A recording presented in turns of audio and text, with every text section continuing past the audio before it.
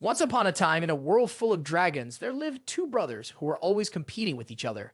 When they entered the academy to become dragon slayers, nothing changed. But it wasn't exactly a fair competition. The older brother, Aesir, turned out to be a real genius. Yet, the MCR story, Rude, could never reach his brother's level. No matter how hard he tried, he was always behind, and because of that, he hated his brother. When they graduated from the academy, they went into battle with dragons together with their friends. There, in the last battle with the remaining dragons, the older brother sacrificed his life to save our hero. Rude simply could not forgive himself for hating his brother for so many years, but he didn't have much time for regrets.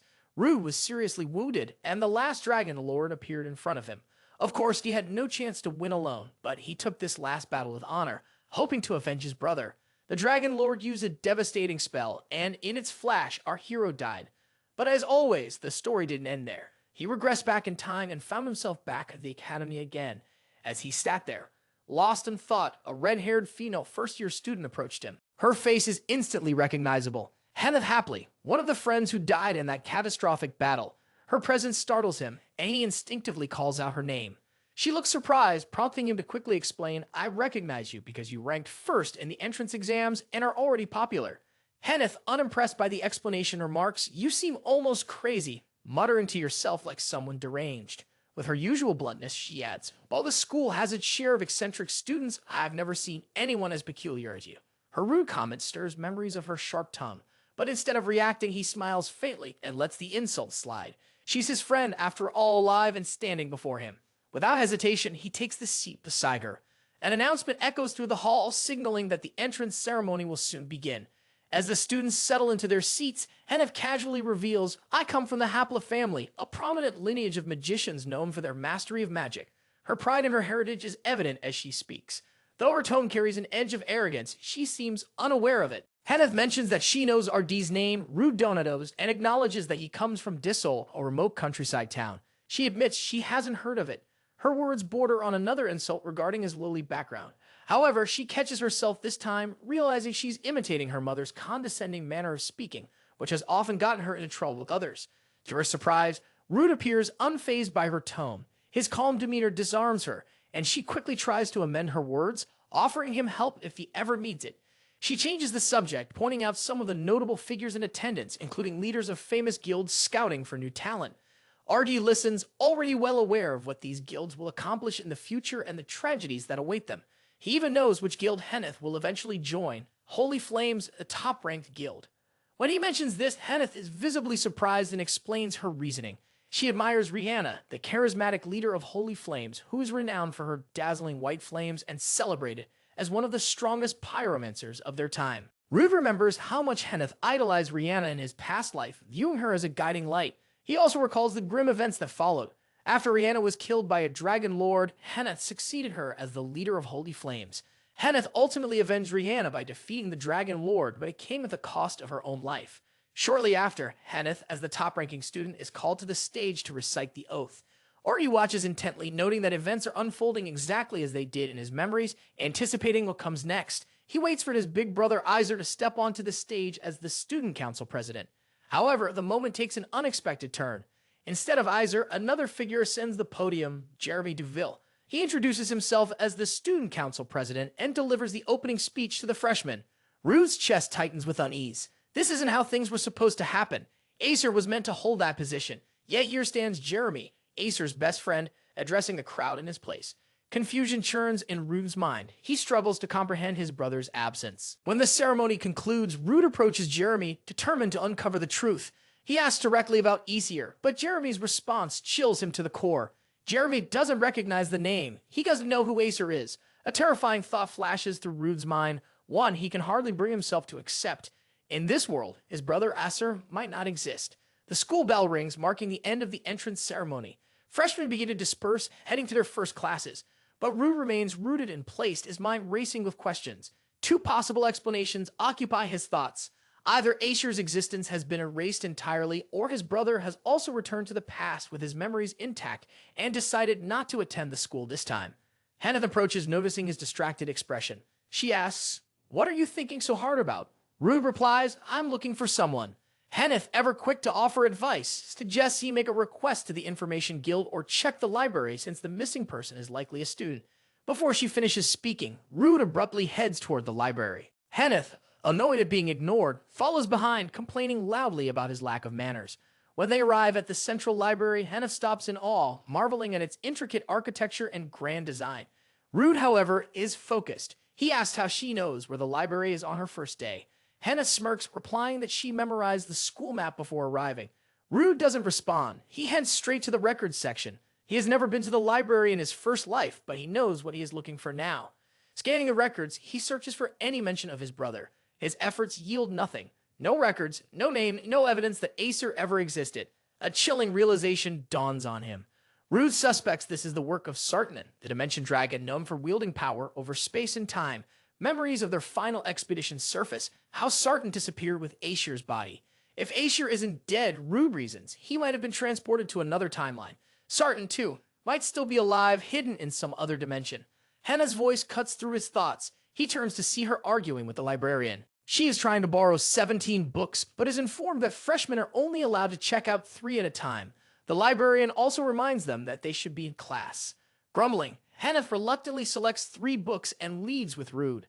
They are in the classroom when Henneth prompts Rude about whether he has found any information on the person he is searching for. He hasn't, and she advises him to seek assistance from the Information Guild. He reveals that he is looking for his older brother. Before the conversation continues, the teacher enters, introducing himself as Daniel Gula, the combat instructor for the year. While he explains the structure of the school years, the students murmur among themselves, their admiration evident for Daniel Gula, a renowned top ranker and widely popular figure. As Daniel speaks, he assures the students that discovering their talent and dedicating effort will ultimately be rewarding. RD reflects on these words, recalling the immense suffering and humiliation he endured in his past life while trying to uncover his own abilities. When the class ends, Rude quickly leaves and heads to a training ground he used frequently in his first life during his younger years. He begins a set of pull-ups, but quickly realizes how frail his current body is. Thoughts of the upcoming sparring class in just a week remind him of the urgency to improve. Determined to change the fate of his past life, Rude resolves to make better progress. He decides to focus on building his strength and stamina, recognizing them as his key assets. While training, he notices another student nearby. He recognizes him as Balsteros, someone he knew in his past life, a friend much like Henneth. Rude knows Balsteros as the warrior who later earned the title King of Fists. However, in this timeline, he never encountered Balak at the training center before. After his midterm exams, RD spent most of his time there, and he only met Balak at the new center. He wonders if something has gone wrong with the timeline, but decides not to dwell on it, focusing instead on his own training. As he continues his exercises, he notices that Balak is staring at him, copying every movement and using even heavier weights. Eventually, RD can no longer ignore it and asks, "Are you trying to pick a fight?" Balak responds that he simply is, but he finds Rude's form perfect and has been trying to replicate it. He remarks that RD's movements are beautiful and that he's never seen anyone in his family, not even his father, with such precision. The two introduce themselves, and Balak then asks Rude if he can be his guide in exercise from now on. He claims that someday RD's body will surpass his own in muscularity and definition. Rude bluntly refuses.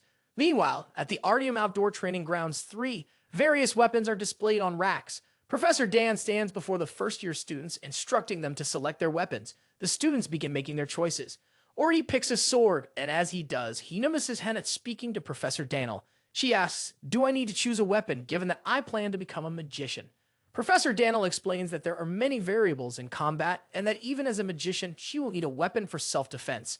Ruth then advises Henneth to choose a dagger, explaining that it suits her best as a magician. He mentions that she can use magic to adjust its length, making it easy to carry around.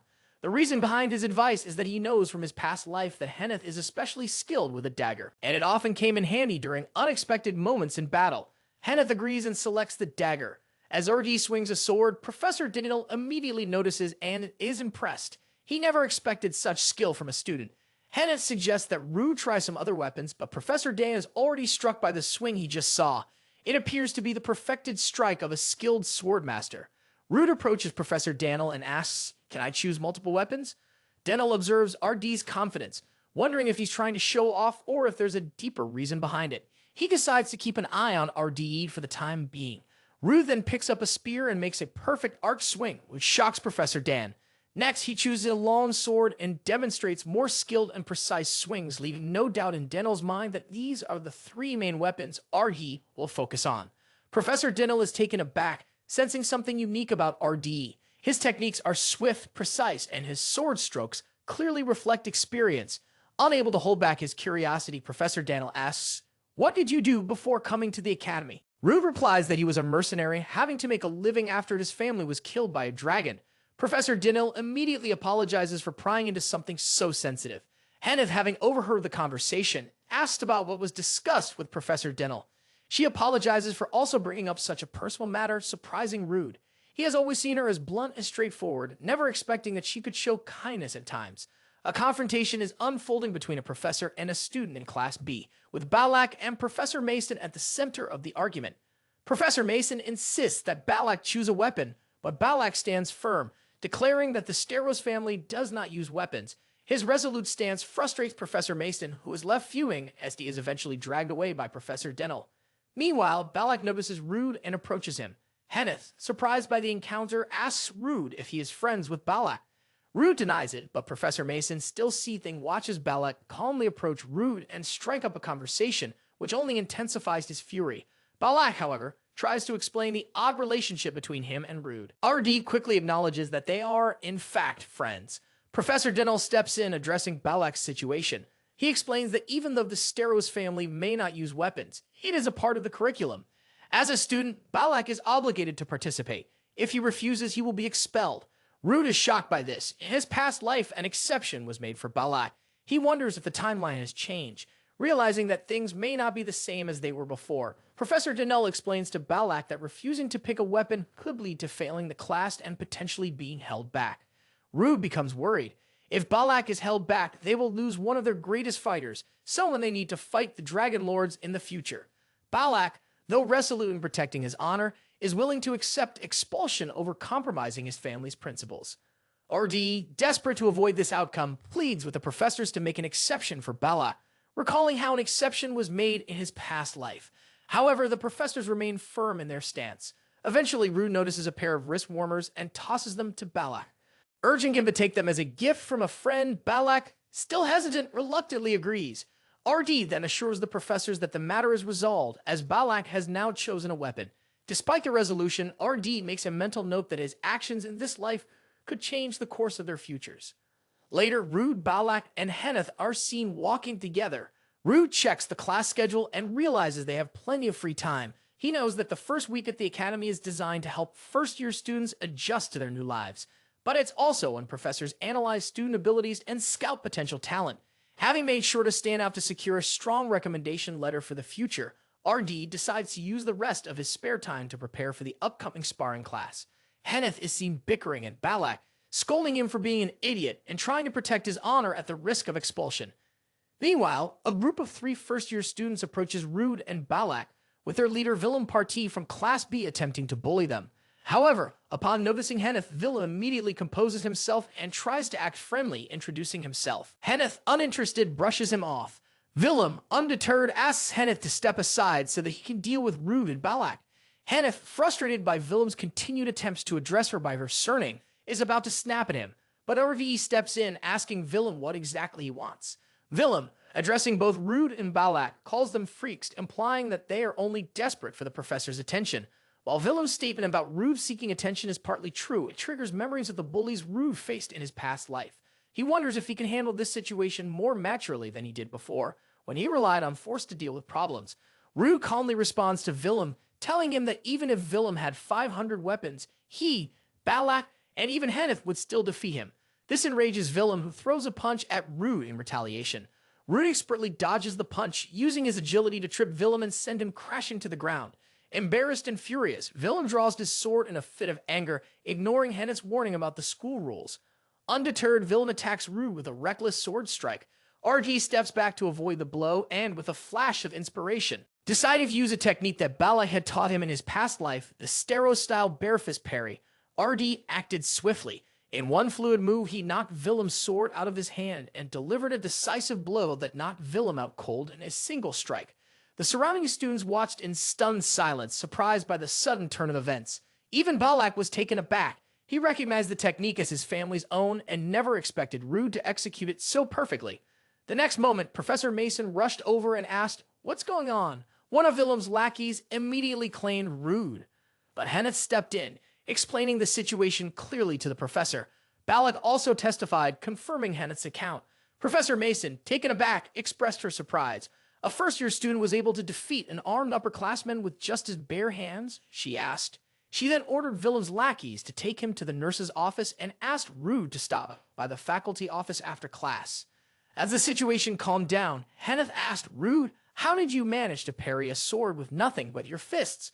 Balak, still intrigued, added, "All of the adults in my family know how to do it. He himself doesn't yet." He even jokingly asked Rude if he is a secret little brother of his.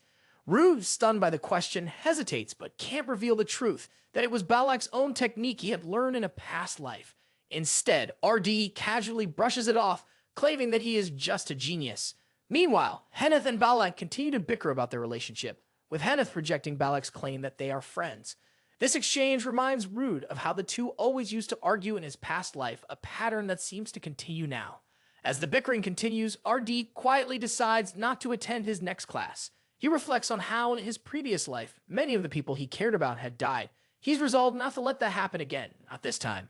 Rude steps out of the faculty office having just met with Professor Mason. She had initially planned to scold him for causing a scene, but after Rude's overly humble and pleasing apology, he had managed to disarm her. His explanation was delivered so calmly, with such sincerity, that Professor Mason was taken aback, impressed by his mannerisms. She had been more upset with Willem's behavior, and now she was even more convinced that RDE was a proper, kind student.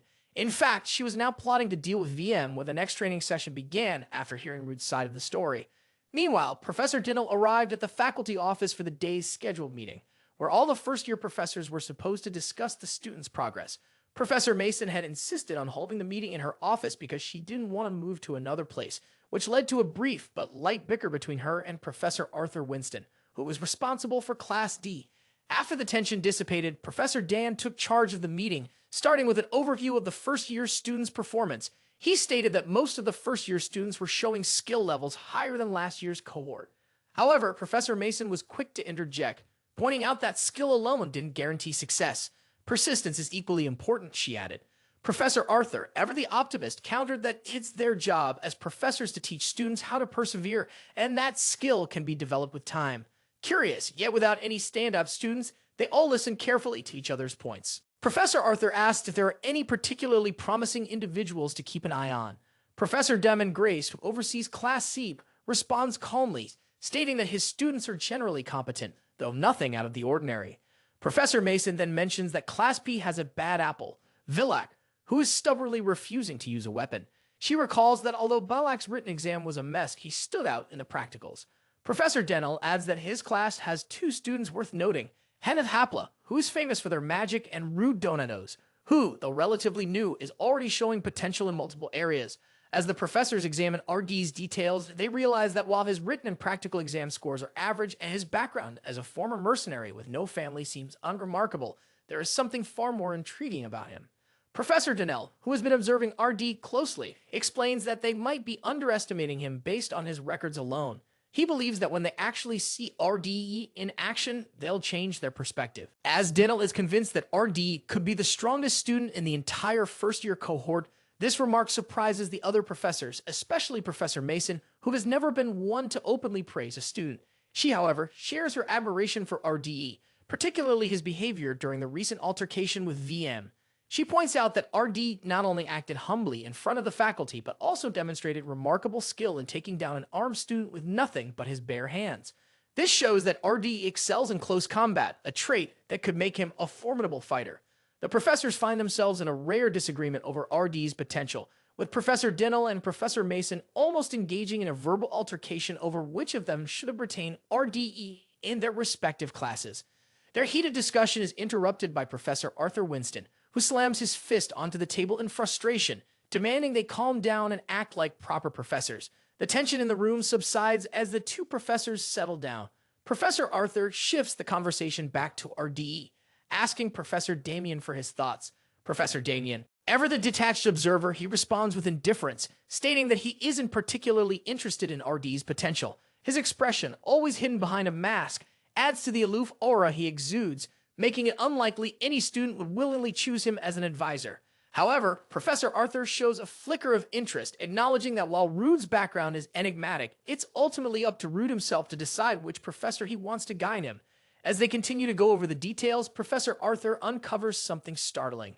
Rude is from Disa, a village that had disappeared due to the ever-changing incident that occurred a decade ago. This event had catastrophic consequences for the kingdom of Calavan, which lost half of its territory and eventually collapsed, vanishing from the map altogether. The primary cause of Calavan's downfall was the appearance of Dragon Canal, a creature that could transform into anything. Professor Dinil, who had been part of the expedition to slay the dragon, recalls the moment with vivid clarity. He recounts how his teacher was the one who eventually killed the dragon, but as a newcomer, Dan himself had only been able to hold down its ankle while the battle raged on. The revelation about RD's past stirs a deeper question in Professor Dinil's mind. Did the tragedy of Desal and the loss of his village ignite a desire for revenge within RD? Dinil also acknowledges that RD's talent far surpasses his own at that age, making him wonder just how much potential this young man truly holds. However, Professor Arthur, ever cautious in his assessments, remains skeptical of Dana's conclusion. He suggests that RD may not actually be the strongest student in the first-year class. Arthur points to another student in Class D, a monster-like genius whose skills are reportedly extraordinary. This student, who remains unnamed for the moment, could very well be a competitor for the title of the strongest in the year. As the first-year students continue their intense training, Villam is seen struggling under the harsh supervision of Professor Mason, who is relentless in her approach. Covered in sweat and panting heavily, Villam groans as he completes yet another set of push-ups. Go again, Professor Mason demands, her voice devoid of any mercy. Villam, exhausted but determined, reluctantly prepares for another round. Meanwhile, Rude is finishing his set of exercises, feeling a sense of accomplishment as he notices some progress in his training. His movements are more fluid, and he's gradually becoming accustomed to the breathing technique he had used in his previous life. With only 3 days left until the sparring class, RD knows that he's made significant progress. Across the training area, Balak grunts loudly as he lifts weights. The sound of his strained breath fills the air, annoying RD, who is nearby. Stop grunting and focus on fixing your posture. RD calls out, irritated by both the noise and Balak's form. Every time Balak grunts loudly, he tilts to one side, throwing off his balance and making his exercise less effective. Balak pauses for a moment, adjusting his posture as RD instructed. After doing so, he realizes that RD was right. His muscles feel more engaged, and the exercise is more effective. Grateful, Balak compliments RDE. You're the best teacher I've ever had. RD simply nods in response, his expression calm and focused as he watches Balak return to his training. Henneth, on the other hand, walks over with her nose wrinkled in disgust. The smell of sweat in here is overwhelming, she comments, jokingly adding, are you two even human for managing to exercise for this long? Balak, ever the optimist, tells her that he can help her build some muscles too, offering to start her off with calisthenics. Henneth rolls her eyes as usual and starts bickering with him about it. Their playful back and forth seems to be a regular occurrence. Rude, deciding it's time for a break, tells Henneth that he's going to grab something to drink. Henneth, curious and eager for a break herself, tags along. Balak, however, is undeterred and continues to focus on his exercises, asking them to bring him a protein shake when they return. Rude and Henneth arrive at the vending machine. Rude immediately notices a silver-haired woman standing nearby, casually sipping a drink. He recognizes her as Ryan Crail, a master swordswoman with a nearly devilish level of talent, as skilled as a seer. The memories of his past life come rushing back. She is the one who taught him a bitter lesson about how some people are simply more talented than others. No matter what he does, the recollection leaves him irritated, and he coldly orders her to move. Ryan doesn't hesitate. With a mischievous glint in her eyes, she throws her drink at him. Rude dodges it with ease, but before he reacts further, she disappears from her spot and appears behind him. A swift kick comes at him, and he blocks it just in time, the force rattling him. She follows up with another move, but this time he dodges it, surprising her. She stops, eyeing him curiously, her posture relaxed. There's a slight pause before she realizes what's happening. He doesn't engage with her as expected, simply stating the obvious. You're blocking a vending machine. Realizing the truth, she steps aside and apologizes, albeit a bit flustered. She asks his name and he answers. After a moment of thought, she nods. I'll remember it, she says before walking off. Rue feels a sharp pain in the wrist he used to block her kick. He tries to ignore it, but the throbbing is persistent. Henneth notices his discomfort and immediately pushes him toward the nurse's office. Though Rue doesn't want to admit any weakness, Henneth insists. He sighs in resignation, reluctantly agreeing to go. Rude is later seen with his wrist wrapped in a bandage, a reminder of his encounter with Ryan. News of what happened quickly spreads as Henneth explains to Professor Dinnell and Professor Mason that RDE had been beaten by Ryan. Professor Mason, immediately riled up, expresses a strong desire to confront Ryan. She has a history of getting into fights with students, and this incident only fuels her frustration.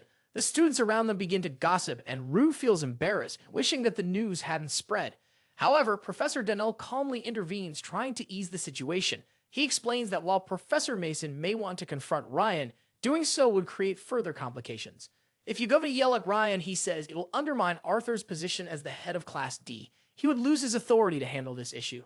Instead, Professor Dan proposes contacting the captain of the Dragon Slayers, Ryan's guardian, who is known for being especially strict about maintaining professionalism. With her involvement, he adds, it's certain she would demand an appropriate punishment for Ryan.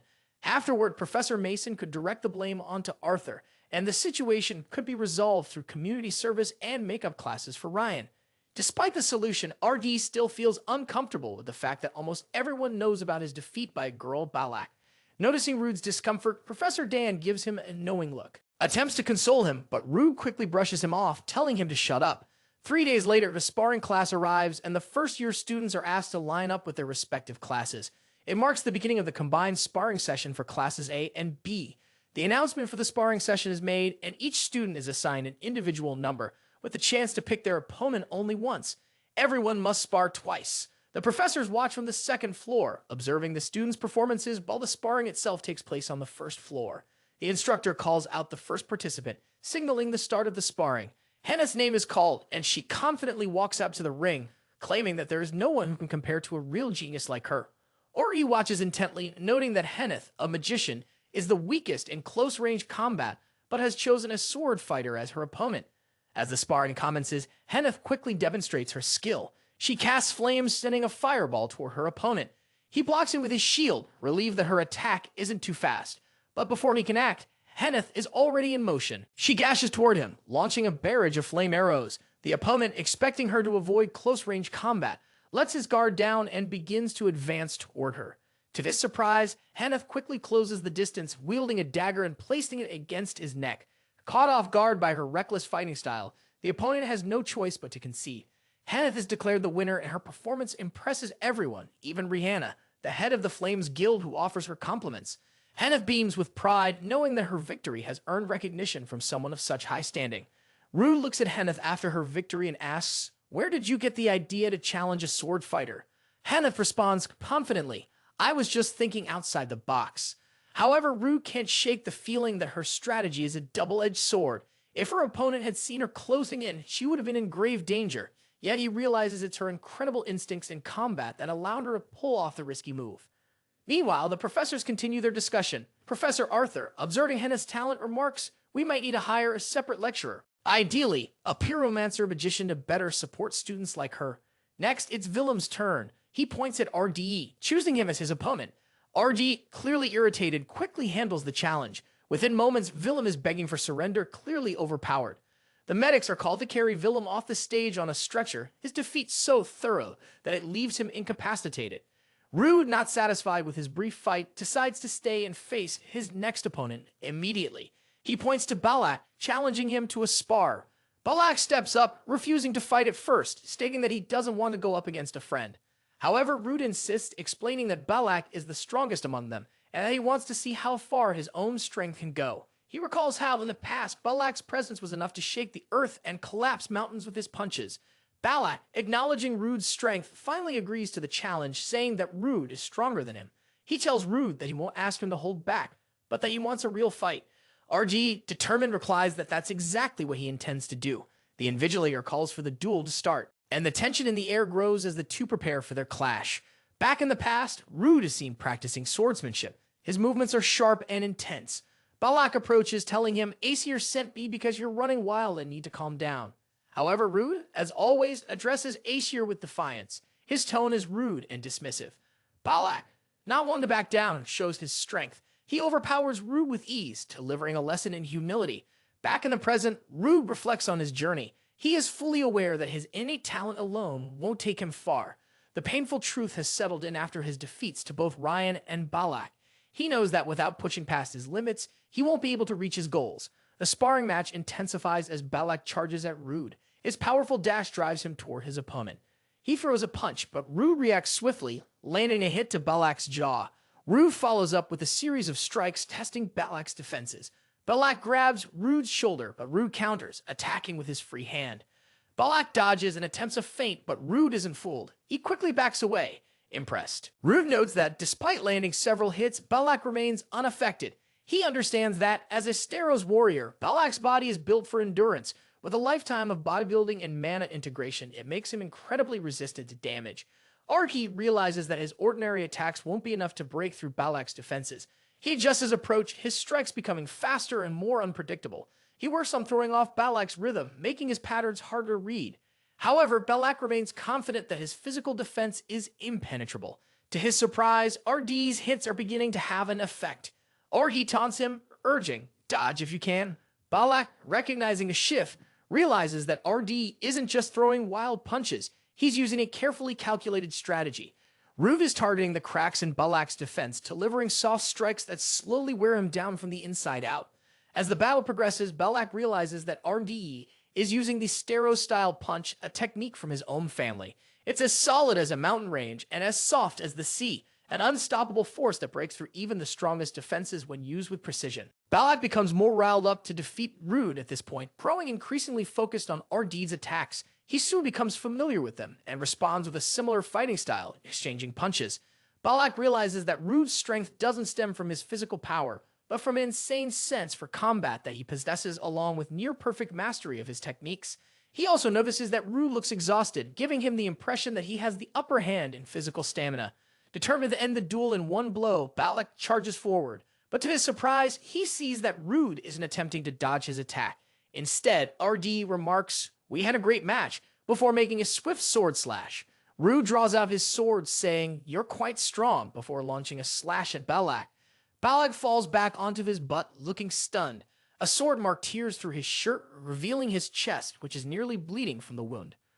The crowd is amazed by the intense showdown between Rude and Balak, clapping in appreciation. Arthur and Mason look shocked, realizing a sheer level of combat prowess displayed by both Rude and Balak. They note that neither of them use magic fighting like professional dragon slayers. Even more surprisingly, they are aware that Rude didn't fight with all of his strength. Dan notices something about Rude's techniques, realizing it somewhat resembled those of Dan's teacher, Einbryce the Heavenly Sword. He also realizes that Rude already has a perfect technique, even though the school year has just begun. All the professors are now keeping a close eye on Rude. Later, the students are seen in the school cafeteria. Rude is having lunch with Balak and Henneth when he realizes that he's the only poor student among them. Soon after, two guild leaders from Tracker and Twilight Moon appear, coming over to where Rude is. He recognizes them from his past life, recalling that they had already died during their fight against the Seven Dragons. Rodri then mentions that his friend Abel has complimented Rude a lot and that he needs someone like him in his guild. Abel adds that even though his guild is ranked second, it's only because they take on other jobs related to information collection. However, he makes it clear that this doesn't mean they are lower than the top-ranked guild Holy Flames. Abel then offers Rude a chance to join Twilight Moon as soon as he graduates. RG questions this, reminding Abel that it's against the rules for guilds to contact students in advance. Abel responds by explaining that some rules are meant to be broken, especially for a talented genius like RDE. Despite this tempting offer, RD refuses. He thinks it over quickly, acknowledging that a major guild like Twilight Moon could support him, but he doesn't want to be tied to one already. Instead, he proposes an offer of his own. He asks them to find his older brother, a survivor of the ever-changing incident from 10 years ago. Abel, intrigued, asks, "What do I get in return?" Rude tells him, "You'll have a personal link to me." After considering this, Abel agrees and takes his leave with Rodri. Henneth then turns to Rude, remarking, "You must be confident in yourself to have rejected such an offer." She asks, "Are you happy with your decision?" It is then that Rude realizes they've been given their report cards from the first sparring class. RD, unsure of his results from the past, feels curious about his current evaluation. Henneth remarks that she already had an inkling of what it would be, saying, "It'll be something good. It'll surely make your family proud." Rude wonders if she's trying to be considerate because of his brother. "I see her." Bellic then asks Rude about Aesir, and Rude responds that Aesir is too kind for his own good. He explains that Aesir has always taken care of him and gave up everything for him, until the very end. Rude adds that Aesir is extremely strong, that he's nothing compared to him. Hannif consoles RDE, telling him not to worry too much because Aesir should be fine wherever he is. They then open their evaluation forms.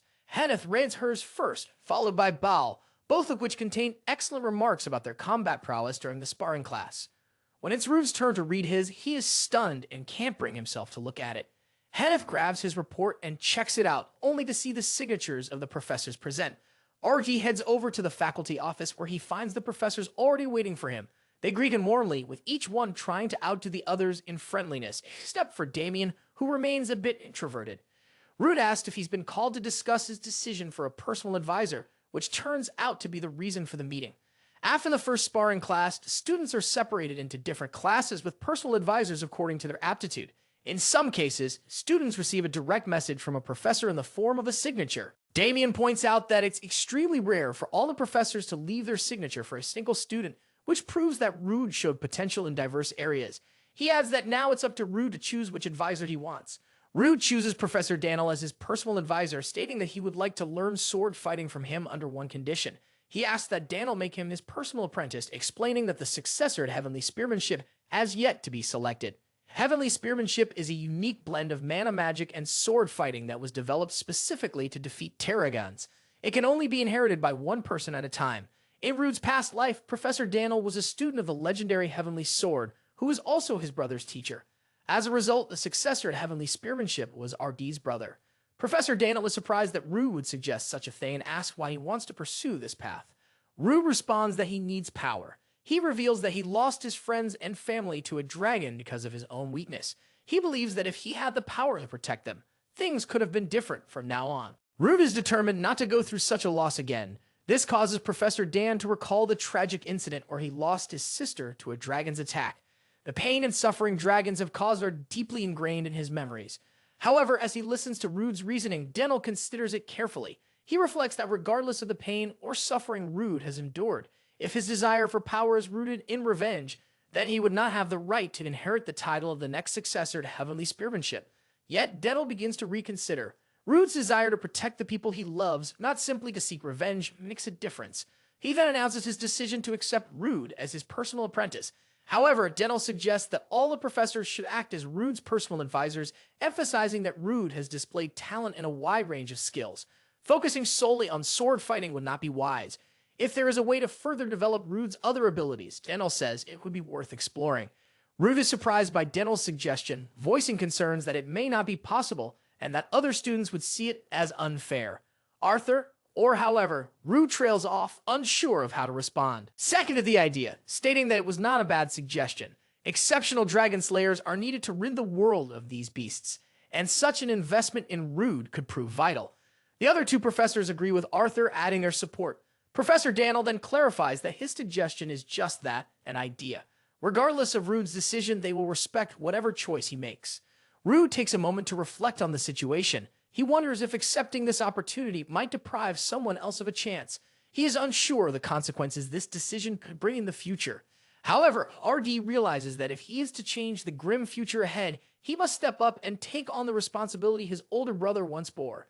He needs to man up, embracing this moment, and agrees to the decision. After all, his biggest wish is to save everyone. In order to accomplish this, RD knows he must push himself beyond the limitations he once held in his past life. To do so, he must become the very dragon slayer the world desperately needs. Ryan is seen wobbling as she exits an independent sparring class, which, unfortunately, was a punishment handed down to her for hitting Rude. 2 hours earlier, she had been put through a grueling session on faculty training ground C, where she almost became a punching bag for the professor in charge. Her thoughts were clouded with frustration and confusion as she believed RD must have been the one to tell the professors about the incident. This assumption only fueled her resentment, as she now found herself saddled with cleaning duty and makeup classes. To top it off, she was scolded by her mother as well. Rude, however, secretly observed her from a distance, completely stunned by the sight of her sobbing. The Ryan he knew in the past had always been cold and sharp, to the point where he even questioned if she was truly human. Before her mother's death, Ryan had been just an ordinary girl, and back then, Rude didn't care much about her, as they were not on good terms. However, seeing her now vulnerable and in pain, he felt a deep sense of guilt. Even though he knew he hadn't ratted her out to the professors, Rude was unsure of what to do. Driven by a need to help, he approached her. He asked, "Why are you crying?" In an outburst, she accused him. "You're a coward." claiming that he went to the professor about a little fight between them, all because he was rude to her. Taken aback, RDE immediately apologizes, handing her his handkerchief. The gesture surprises Ryan, as she hadn't expected him to comply so readily and apologize without hesitation. Rude explains that he never told anyone about what happened. In fact, he's even more embarrassed by the rumors that have spread, attributing them to his friend who had spoken to the professor about the incident. Ryan accepts Rude's apology, acknowledging that she was the one who misunderstood everything from the start. However, she warns him that if he gets her into trouble again, she won't let him off easily. RD, in turn, reassures her that he will do his best to avoid causing any more trouble, recognizing that she will be powerful on her own, even without his help. To his surprise, Ryan mumbles shyly, "You can greet me when we see each other," before hastily walking away. Rude is left a bit confused but continues on his way, only to realize they're heading in the same direction toward Professor Dental's office. This startles him, as he had always known Ryan to be a student under Professor Mason. Given Ryan's natural talent for sword fighting, Professor Mason had been a safe choice to help her with her weaknesses in close-range martial arts. Ryan notices the expression on Rude's face and asks him, "What's wrong?" He explains it would have been more beneficial for you to learn close-range martial arts, pointing out her fighting style from their sparring class. To his surprise, Ryan reveals, "I didn't receive a message from Professor Mason, and even if I had, I wouldn't have chosen him." She adds, "He's the one in charge of my makeup classes, which mostly consisted of being used as a punching bag," a sentiment she obviously resents. Rue feels a sense of guilt wash over him, realizing that the future seems to have shifted because of his actions. His decision to intervene has somehow altered the course of things, and now Ryan is on a different path than before. As they arrive at Professor Dental's office, the class on sword fighting begins. Professor Dental explains that both Ryan and Rude have reached a level where they no longer need basic practice. "What you need most now," he says, "is independent sparring. Essentially, you'll be getting beaten up while you learn. But it's all part of homing your skills." After the intense independent sparring session, both Rude and Ryan are sprawled out on the ground, exhausted. They can barely catch their breath as Professor Dental informs them that they'll be switching between group classes and individual sessions moving forward. He then leaves them to recover. Rude, feeling a bit frustrated by his inability to defend himself, is about to wallow in his disappointment when Ryan speaks up. She assures him that she isn't angry, explaining that they were defeated simply because they are weaker, and that's why they're here, to learn and improve. In a lighter tone, she jokes, Professor Dental is much kinder than Professor Mason, who's far more violent during independent sparring sessions. Rue feels guilty about the whole situation and wonders if he should bail, but Ryan, with a wide smile, tells him, "If you're feeling bad, just teach me close-range martial arts once you're good at hand-to-hand combat." Rude, unsure about the idea, suggests you should ask a professor instead. But Ryan insists, "I don't have the time to learn both sword fighting and hand-to-hand combat. Besides, I keep getting beaten by Professor Mason because of you. So it's only fair for him to help her out." With little choice left, Rude reluctantly agrees to teach her. This development surprises him, especially considering that Ryan in his past life wasn't someone he would have expected to ask for his help. Yet he realizes this is a chance to repay her for everything that happened in their past. It's an opportunity to make things right. As Henneth, Rude, and Balak walk through the bustling streets, Henneth urges the duo to keep up. They're both a bit unimpressed by the idea of going out, but Henneth promises to buy them dinner, which finally convinces Rude to agree. In an attempt to help, Rude picks up the heavy books she was carrying, but before long, he awkwardly drops them onto Balak, claiming that Balak didn't bring any money. It's a bit of a strange dynamic, but Henneth doesn't seem to mind, and they continue following her as she shops around. Eventually, they arrive at a posh, expensive restaurant. RD feels both impressed and out of place in the upscale environment. The elegant decor, the white-gloved waiters, and the polished atmosphere leave him feeling awkward and unsure of himself. When they're seated at their table, Henneth orders the meal. Rude notices the prices listed on the menu. His eyes widen as he realizes that the cost of the food is equivalent to an entire month of his own food expenses. Unable to hide his surprise, he comments, "This is a bit too expensive." Henneth, however, reassures him, "I helped carry your things, and if you want to order more, you're free to do so." Balak, ever the opportunist, is about to take her up on that offer, but is quickly stopped when Henneth points out, "You've already ordered enough." Despite her lightheartedness, Henneth's focus seems to be on making Rude feel comfortable. She turns to him with a smile, asking, "How does the food taste?" Rude can't help but notice that she's warmed up to him since he shared his brother's story with her. In the past, they were more like rivals. Henneth's tendency to yell at him during their interactions left him with the impression that she was always more combative than kind. But now, her caring demeanor feels strange to him, like it's not her real self. Before he can say anything, his attention is drawn to how Henneth effortlessly dominates Balak, leaving Rude in an awkward position. He quickly changes his mind about what he was going to say, and simply thanks her for the meal, feeling that it might be best to keep quiet and avoid stirring anything up. As they finish their meal, the time slips away and it's already 8 o'clock.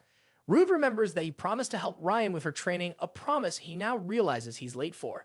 Meanwhile, Ryan is already at the training grounds, growing impatient as she waits for Rude to arrive. Ryan is getting pissed off as time keeps passing. She then thinks about the fact that Rude is the only one with whom she's had an actual conversation. She wonders if he's forgotten about their appointment. Just then, Rude shows up and she fusses over the fact that he's late. He apologizes and she catches a scent of food on him. He explains that he was in the capital with his friends for a bit, and that one of his friends bought him dinner. Ryan sulks, feeling bad because Rude seems to have a lot of friends and she's never been to the capital before. Rude hears her and can't help but suggest postponing their training to next Saturday so they can go sightseeing in the capital. Ryan looks thrilled at the idea. Rude then claims that they should warm up a bit. He hands her a pair of gloves and asks her to put them on. As Ryan talks excitedly, asking him many questions about the capital, he can't help but ask her about it. She replies, "My mother used to call me a chatterbox."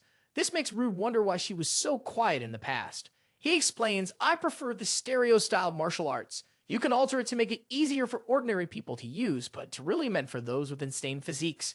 He pauses, then adds, "All I can teach you are a few techniques and fighting styles. After all, there's no right answer in close-range martial arts. What matters is that you avoid getting hit and land more attacks." He continues, "I'm going to teach you how to dodge attacks better." He shows her some leg movement techniques.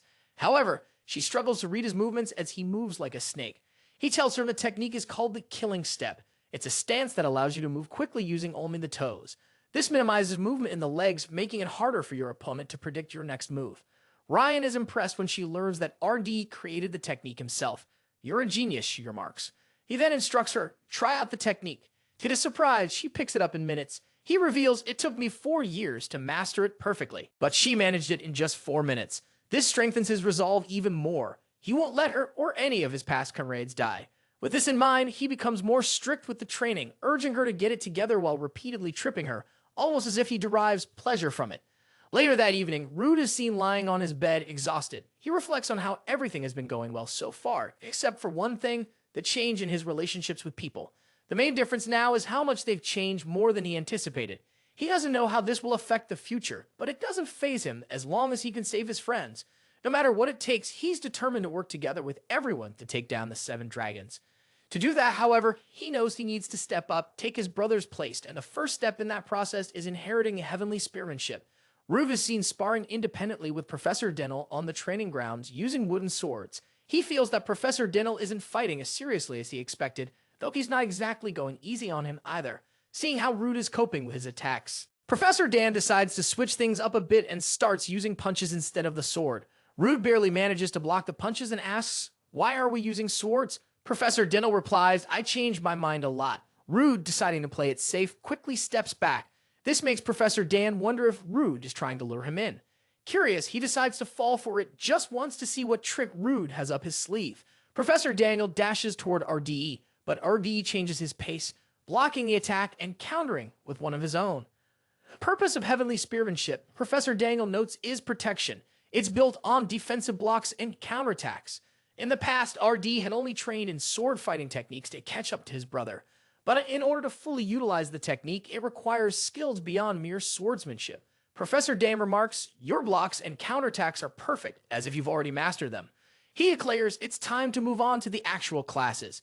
He explains further, Heavenly Spearmanship is more than just a sword fighting technique.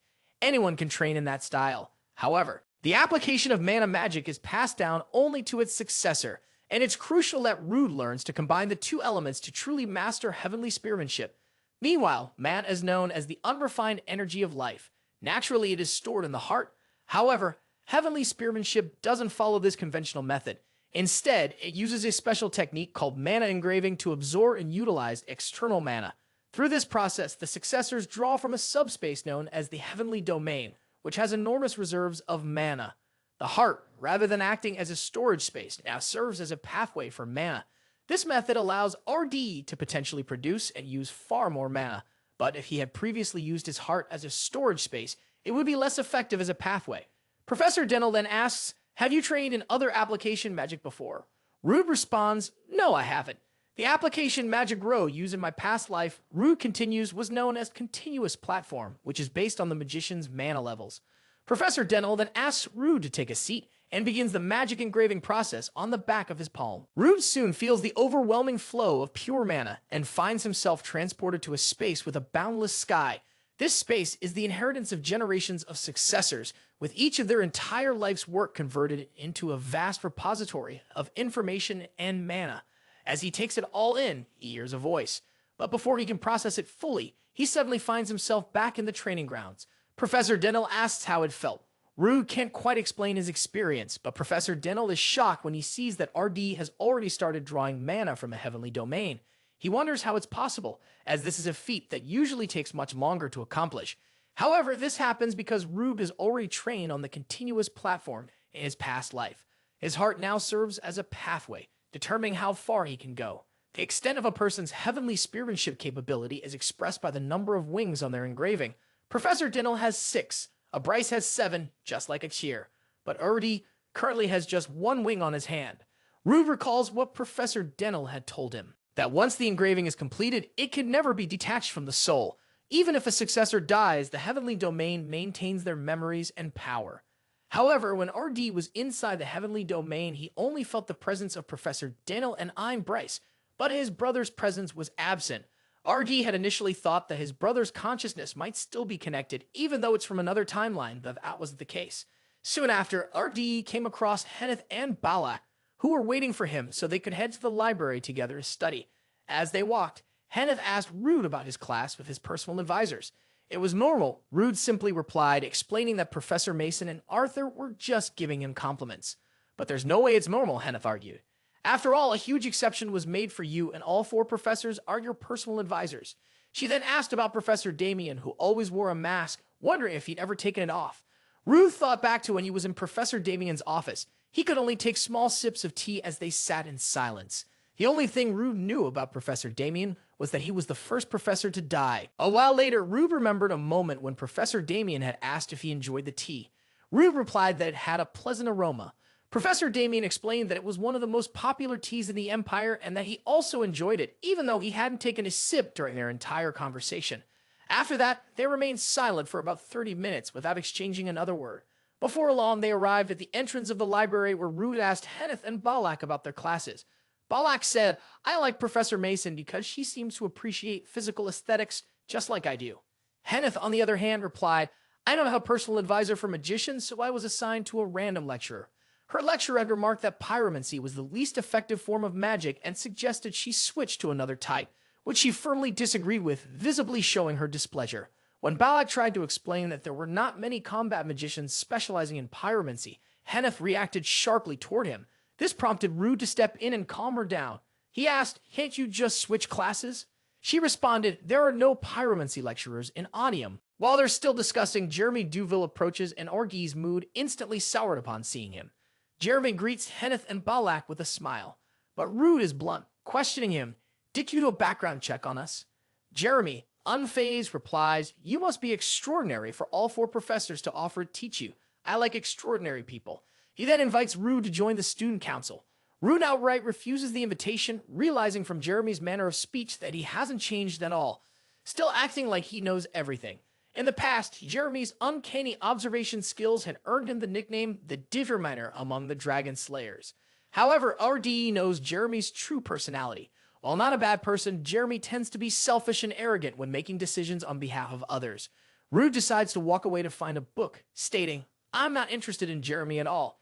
Kenneth, feeling awkward, nervously apologizes for Rude's behavior, but it's clear that Rude is unbothered by the situation.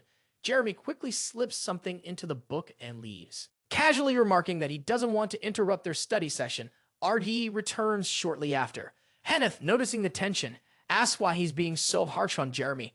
Rude responds bluntly, Jeremy isn't acting like a friend, which Balak agrees with. Later, Rude checks the book and finds a note from Jeremy warning him to beware of Damien. However, Rude doesn't take the warning seriously. He knows Jeremy's true personality well and realizes that Jeremy is the one he needs to be wary of, not Professor Damien.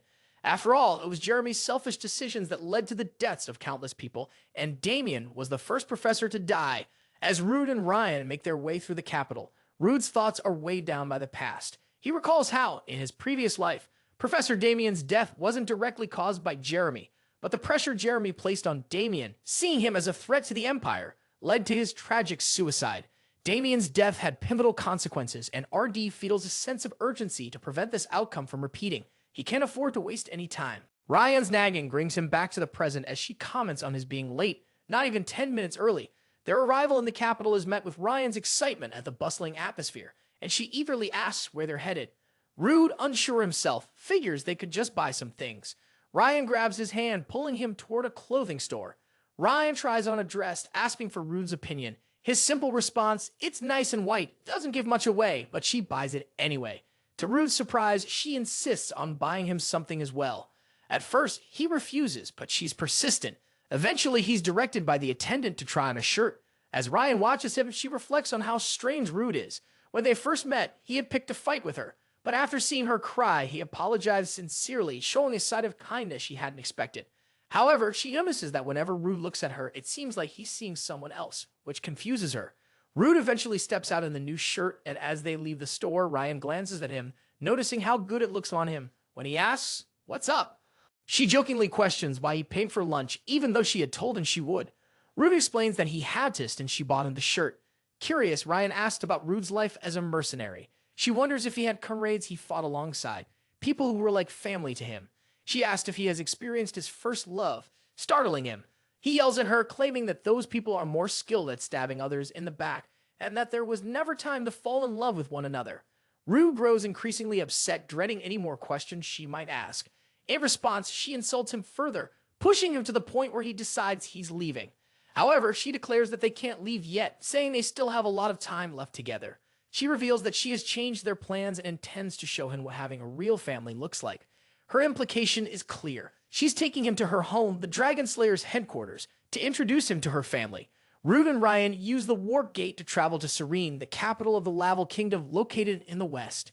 Siren is where the Dragon Slayer's headquarters is based. While it isn't as vast as the kingdom's main capital, it holds significance in its own right. Siren is bustling with life and energy. However, according to RD's memories, Siren was once an abandoned city. In just a few years, 7 dragons would attack, reducing it to ruins.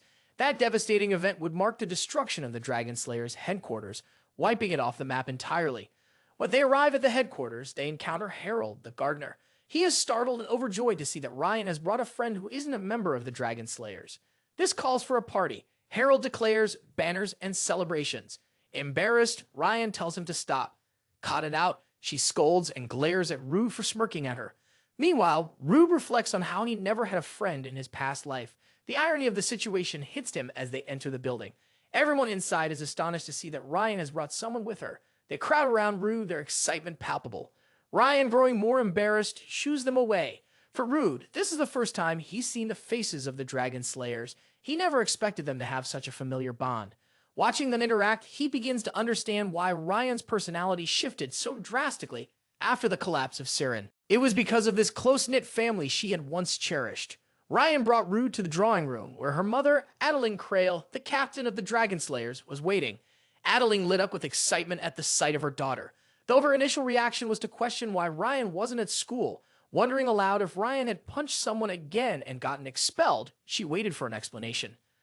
Embarrassed, Ryan insisted that wasn't the case and explained that she wanted to introduce her friend, Rude. Adeline was visibly startled by this revelation. After all, Ryan had never had a friend outside the guild. Rihanna, who was also in the room, found the situation amusing and commented on the irony of Ryan, with her near-zero social skills, managing to bring a friend home. Rihanna prompted them to introduce themselves, leading Rude to offer a polite and proper introduction. Rihanna immediately recognized him and recalled seeing him during sparring sessions, mentioning that he was one of the students worth watching. She then inquired about Henneth. Rude explained that Henneth wasn't particularly fond of the magician lecturers she had been assigned. Rihanna assured him that it wouldn't be an issue for long, hinting that Henneth will soon have the best teacher possible. Meanwhile, Adeline remains overwhelmed by the fact that her daughter has brought a friend home. She repeatedly thanks Rude and begins explaining Ryan's unique challenges. She shares that Ryan is a little different from other children. Her sharp senses make her highly attuned to other people's emotions, enabling her to analyze people almost instantly. However, this same trait makes it difficult for her to respond appropriately. in social situations, which is why she struggled to make friends. Adeline learns that Rude is the student whose wrist her daughter had broken in the past, prompting her to scold Ryan. However, Rude quickly steps in, explaining that he had provoked Ryan and it had simply been a fight.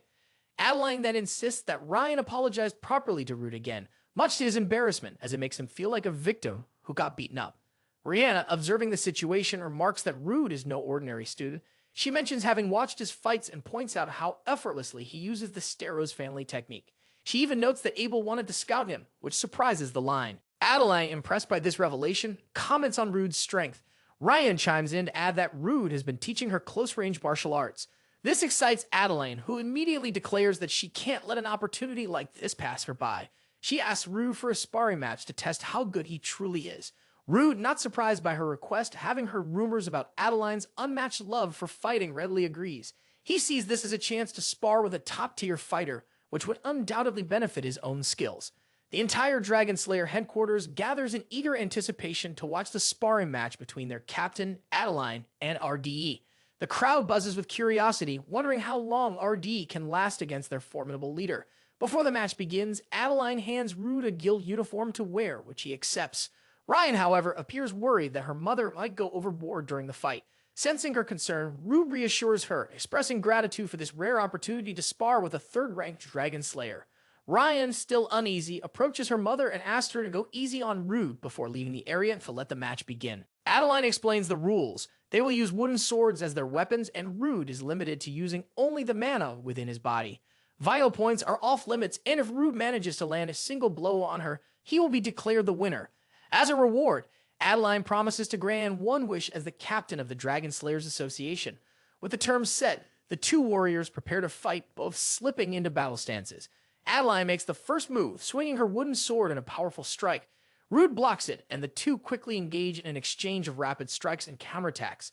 The spectators are stunned by Rude's performance. He's holding his own against their captain.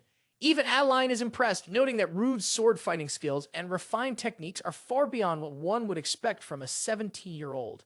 However, she also identifies a critical weakness. His physical abilities are not yet on par with his skill level.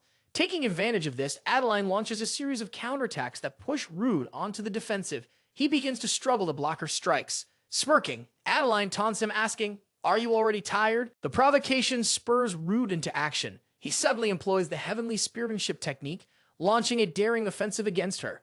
Adeline is taken by surprise, but quickly regains her composure. She expertly counters the move, sending Rude flying across the sparring arena.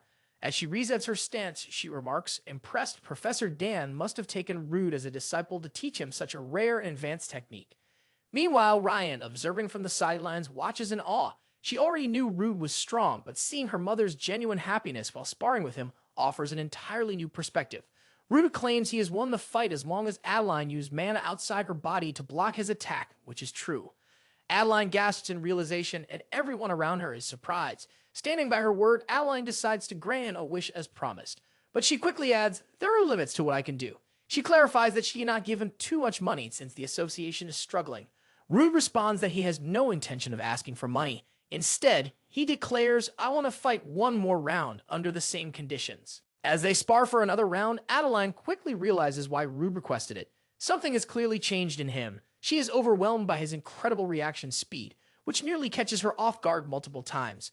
However, she remains confident that there will be a chance to counterattack. Yet, with the way Rude moves, dodging and counterattacking almost simultaneously, it seems nearly impossible to find an opening. His reaction speed appears superhuman, leaving Adeline unable to detect even the smallest gap in his defense. She notices that Rude's abilities mirror those of Ryan with his quick reactions and uncanny ability to read her movements. It becomes clear that Rude is using Hypersense, a technique achieved by channeling mana to continuously enhance the body's senses. This skill sharpens the user's perception to an extreme degree, significantly increasing reaction speed and thought processes. However, it comes with a cost, placing considerable strain on the nervous system. In his past life, Rude had been fixated on surpassing Ryan, studying her every move. Now in the present, he exhibits traits eerily similar to hers. Quick reflexes and the ability to predict Adeline's movements. Despite this, Adeline has no trouble blocking his attacks. Keeping up her pace, she even begins to pressure Rude, prompting one of the Dragon Slayers to remark that Adeline truly lives up to her title as Destroyer. Adeline starts launching counterattacks, but Rude effortlessly dodges each one. Growing impatient, she taunts him not to keep running. Frustrated, she dashes at him to stop his evasive maneuvers, falling into his trap. Rude executes a calculated attack with his sword, only to release it mid-move.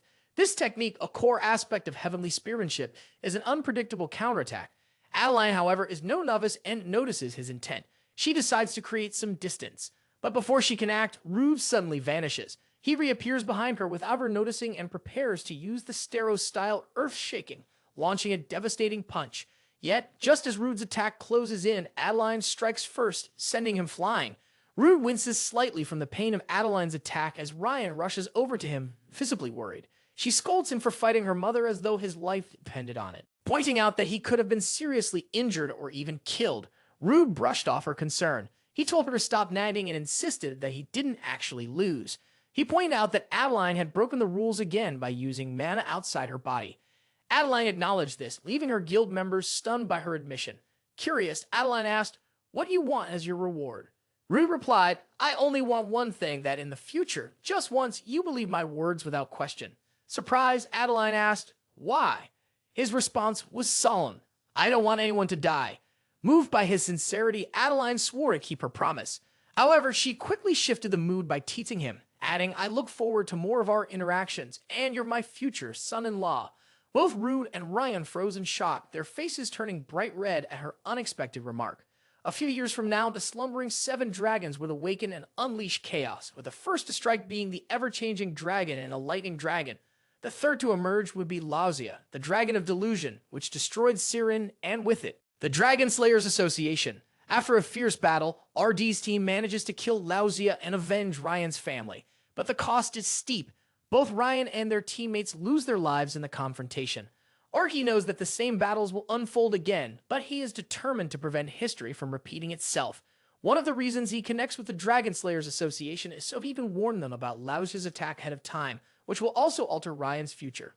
On their way back to school, Ryan acts nervously, remembering how her mother jokingly referred to Rue as her future son-in-law. RD reassures Ryan, telling her not to take it seriously and that her mother was obviously just joking. Soon, they arrive at a radium around evening. As they enter the school area, Rude asks Ryan if she's okay with the fact that she didn't get to see much of the capital. Ryan, however, surprises him by walking with him toward the male dormitory. He asks why, and she explains that she's walking him home due to some strange rumors circulating around the campus. Apparently, there's a pervert who exercises in front of the dorms every night, completely naked. Rude already knows exactly who that is. Balak. Ryan continues sharing another rumor about a blonde homeless girl who sleeps in the Central Garden's flower beds. Already asked her to explain the situation better, curious to hear more details. The next morning, Rude heads over to see the head of spiritual arts, Professor Lillian Stout, to discuss one of her students, Linnea Selkett. He expresses his concern that Linnea's actions might be causing minor issues, but Professor Lillian quickly bursts out, stating that the problems are far from minor.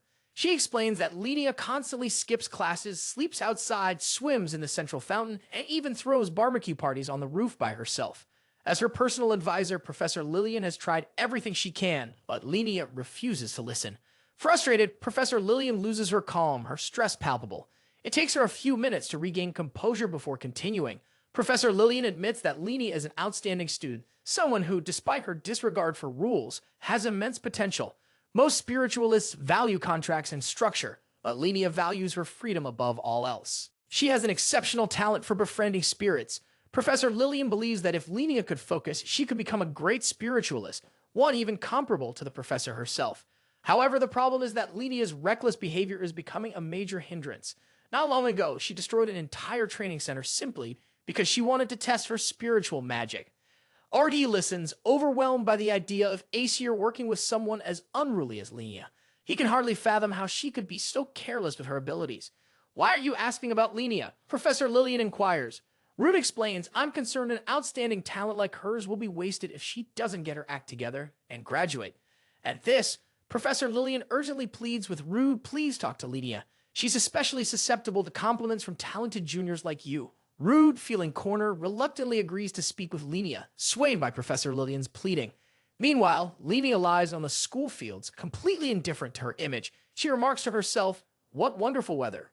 Unbothered by the rules and responsibilities, she continues to ignore them. The students watch as Linnea, looking relaxed and carefree, rests on the school field. They chat among themselves, remarking that she seems so at ease, almost as if she's in a world of her own. Rude, who is nearby, knows there's some truth to that. Lydia is half spirit and half human.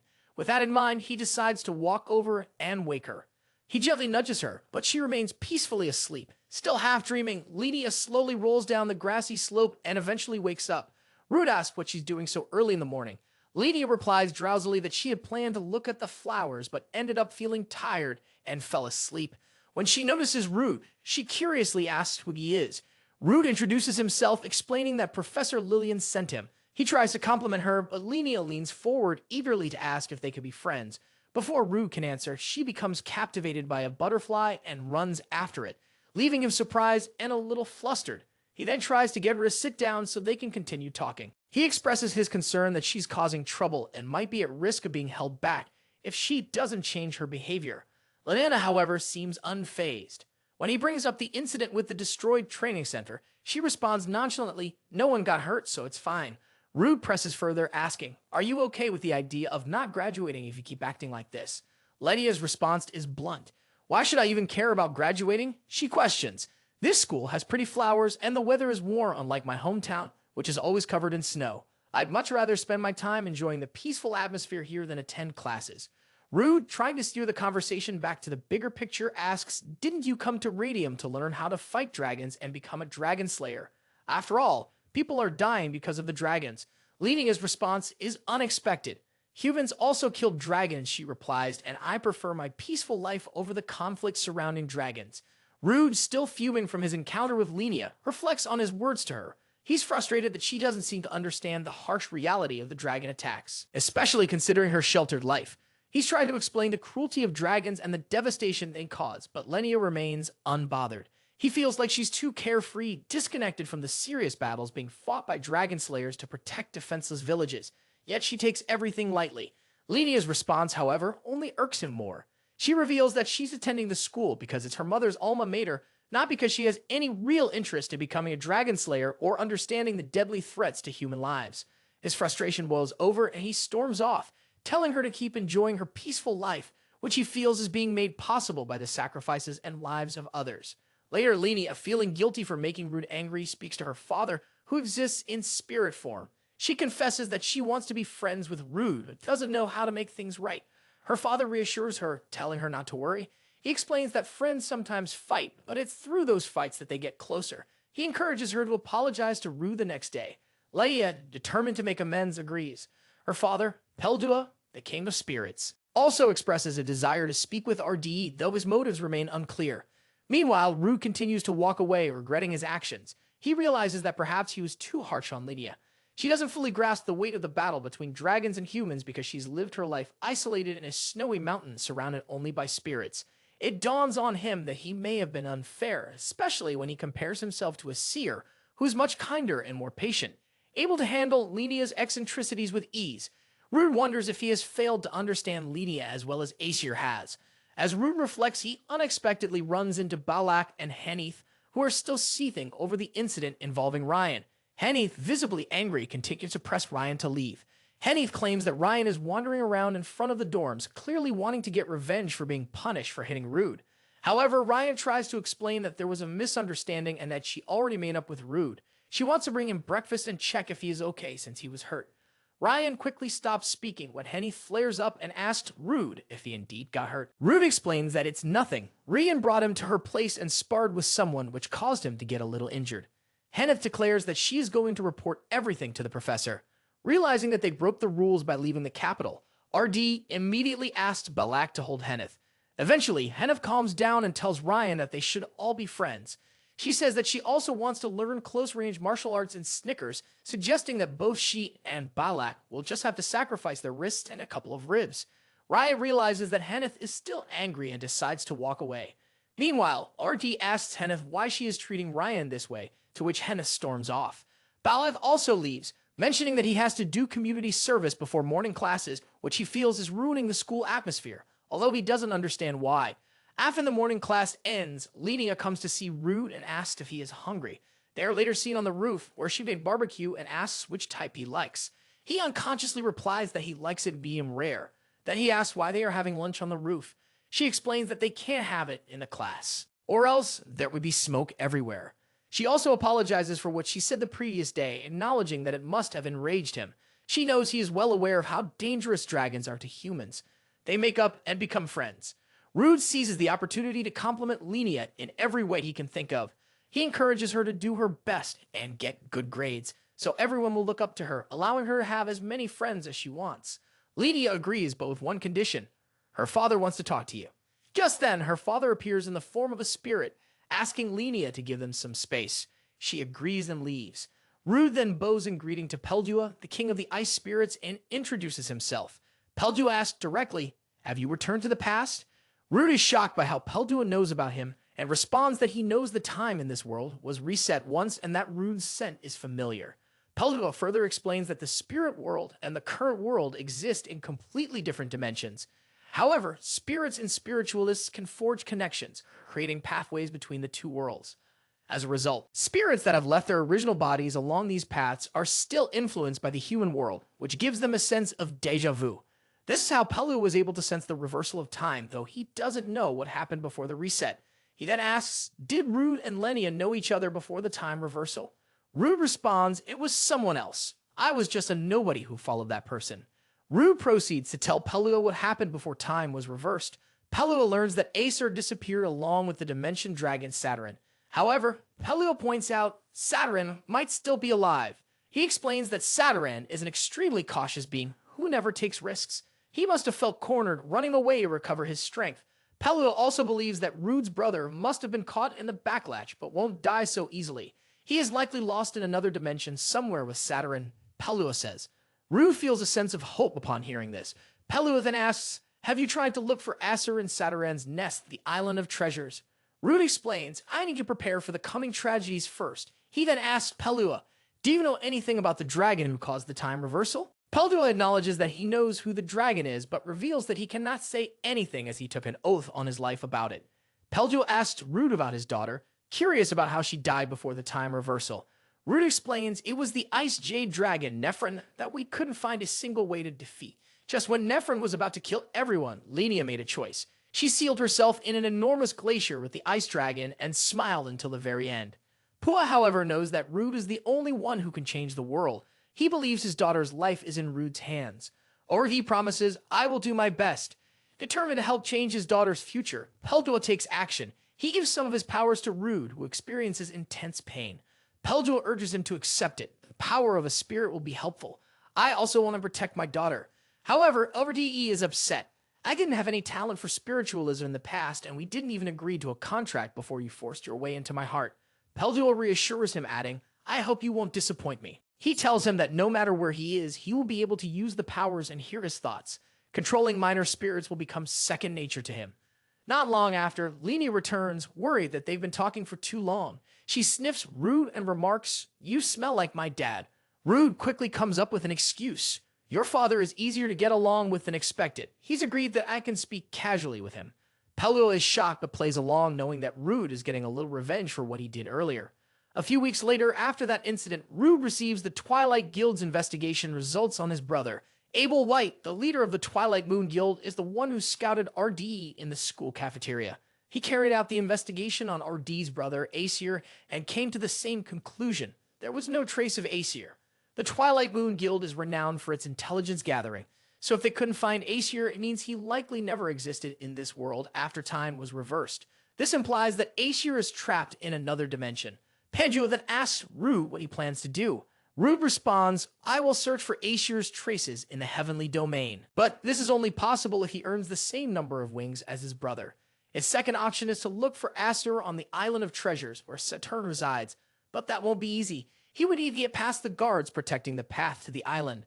Both options are difficult, and he also needs the required strength to find a way to open the cracks between dimensions. Peldua informs him that he doesn't recall any human magician capable of doing that. Rude then heads to the library, where Lenia immediately comes to meet him. She tells him that she came to study just like she promised. Meanwhile, Henneth is upset by Rude's tardiness. As Rude gets a message from Professor Denel asking him to come to his office, he asks Balak to keep an eye on Henneth and Lenia, who are bickering intensely. Balak is unsure how to handle the situation as the argument between the two is getting out of hand. Rude quickly leaves to meet the professor. At Professor Denel's office, Rude is introduced to Denel's teacher, I'm Bryce. Bryce greets his grand disciple warmly, and Rude introduces himself. Though Bryce appears young, he is actually over 100 years old. His body stopped aging when his mana training reached a certain peak, and he achieved around 6 wings of the heavenly spearmanship at a young age, which is why his aging process halted.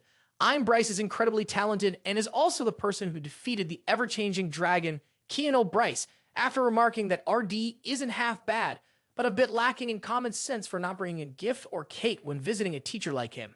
He smiles as Professor Denel offers to go get some refreshments. He instructs Rude to enjoy his time with his teacher while he steps out briefly. After a short moment of silence, Bryce's expression shifts. He asks Rude if he knows the reason he came to visit the academy.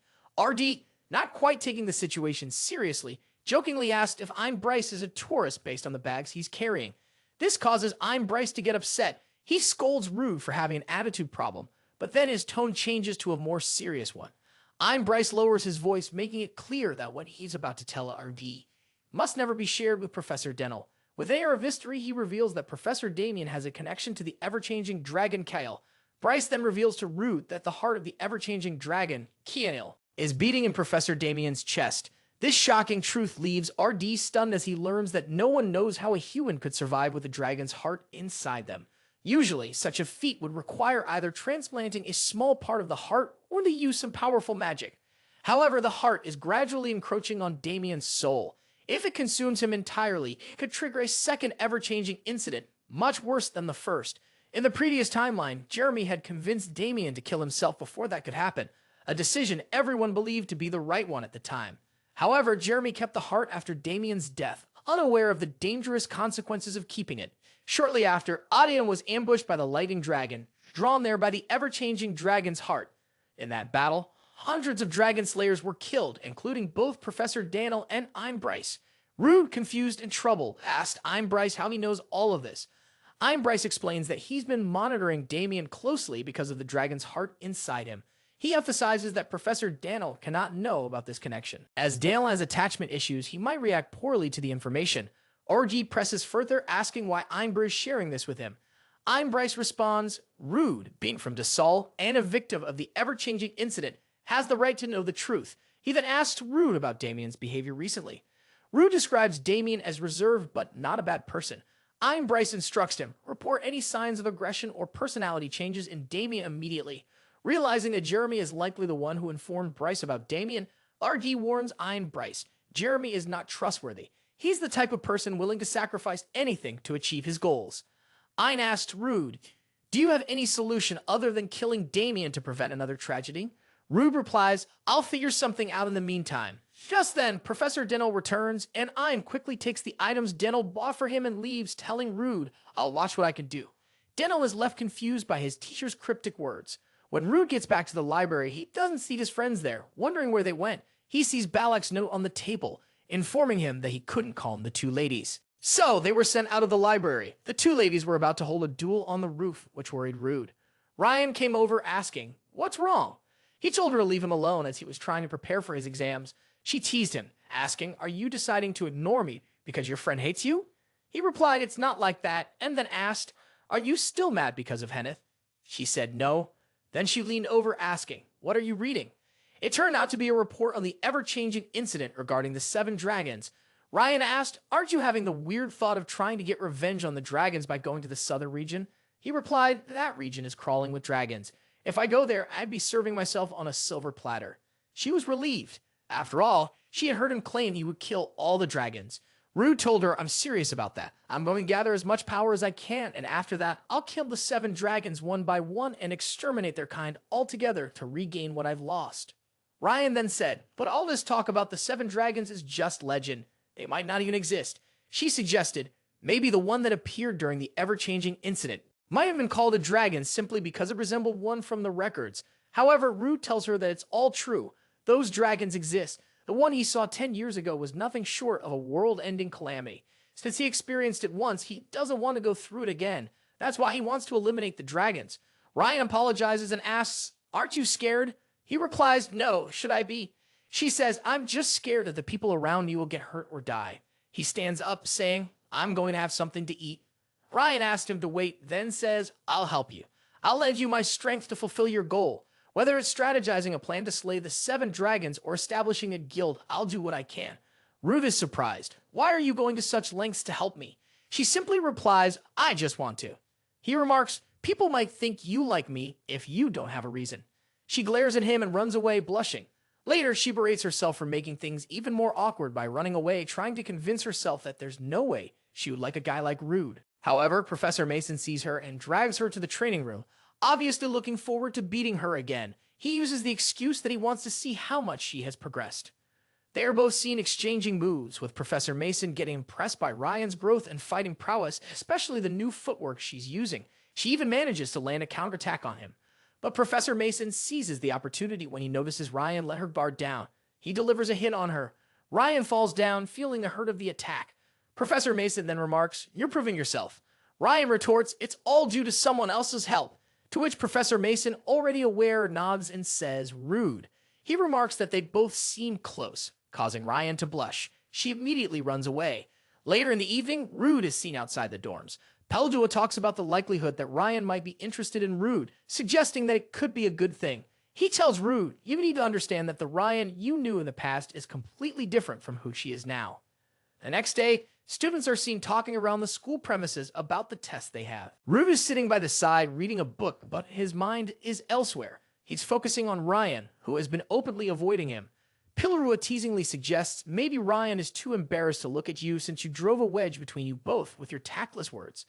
Meanwhile, Rue feels confused. After all, Ryan was the person he had been envious of his entire life, his unwitting role model. All he ever wanted was to be able to beat her in a fair duel, but now it seems she's interested in him. True to his thoughts, Ryan eventually comes over, handing him a present to wish him luck on his exams before quickly running away again. Rue feels conflicted, thinking, I don't need this. Later in the school cafeteria after the test, Henneth is heard claiming, I finished the test 5 minutes before you, Rude. Rude calmly replies, we had an hour to finish the test, so there's no real meaning in finishing faster. Meanwhile, Balak boasts, I finished my test in 1 minute. Henneth retorts, you must have written a letter to the teacher to let you pass the test. Lydia is seen approaching, and soon enough, she and Henneth begin going at each other as usual. Rude, fed up with the constant bickering, asks Peldua to try calming the ladies down. Peldua teasingly replies they'll get closer after the fight, but Rude doesn't see it that way. Recalling that they've always been fighting in the past without any sign of improving their relationship, Balak then asks Rude, are you prepared for tomorrow's performance test? Rude responds, we don't prepare for it. The test will be random, meant to simulate actual combat. Balak claims we might get sent to a desert and we'll need plenty of water. Rude asks, how do you plan on carrying all that? Balak replies, the water would be in my stomach. Rude can only remain silent for a minute, limiting the lost intelligence of Balak. Meanwhile, the ladies are still going at each other, completely ignoring the conversation.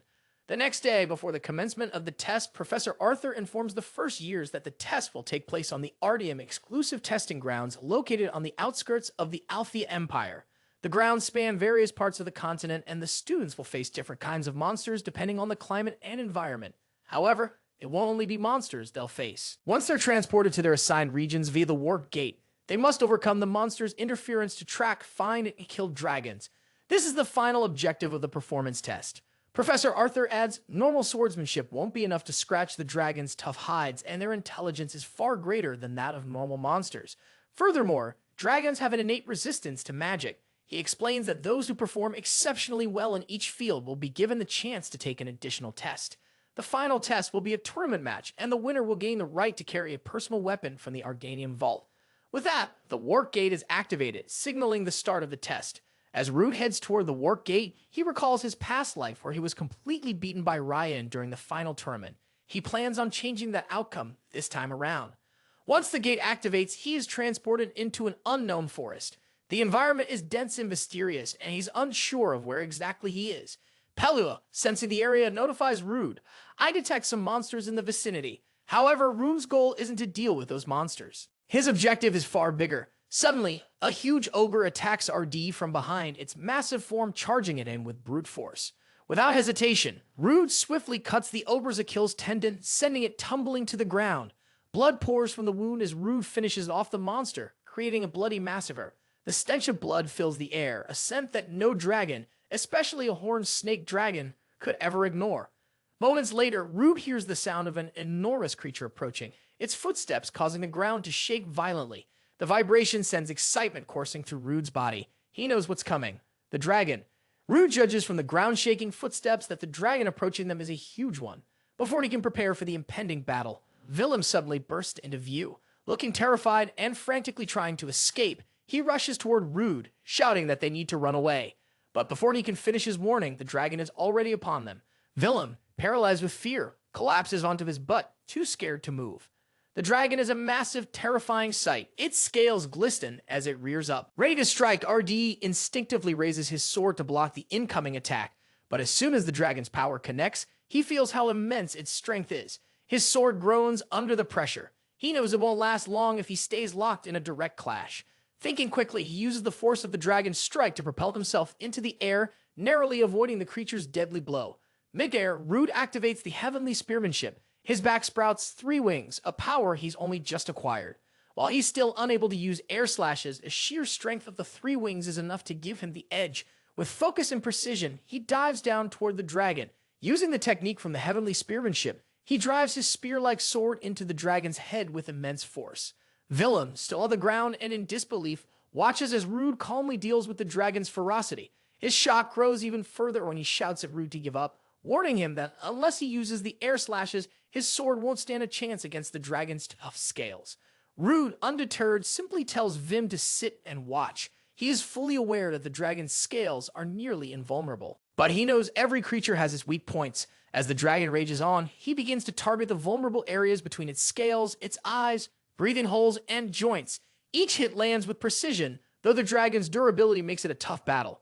As he prepares for the final blow, Rude's sword unexpectedly snaps. It's a training sword, so it's not surprising, but it leaves him without a weapon. He looks over to Willem, who is still shaken, but trying to help. "Do you have a spare sword?" Rude asks. Willem sheepishly responds, "My sword is also broken." With no other option, RD decides to take down the dragon with his bare hands, much to Willem's shock. Willem, still processing what he's seen, looks at Rude and says, "Thank you for saving me." He then apologizes for his previous behavior. "I was wrong," Willem admits. "I have a newfound respect for your strength." He pauses for a moment before continuing. "I thought I was the strongest in my hometown, but after seeing you in action, I realized just how much stronger you are." Willem sighs and looks down, acknowledging his own weakness. "I'm nothing compared to you, but I won't give up. I'll use you as my new standard, and I'll push myself to grow stronger." Determined to match Rude's level of strength, Rude feels a bit embarrassed at Willem's words. Recognizing that Willem is expressing admiration for him, Rude recalls how he once admired others in the past. The humility in Willem's resolve strikes a chord with him. He realizes how far he has come in his own journey.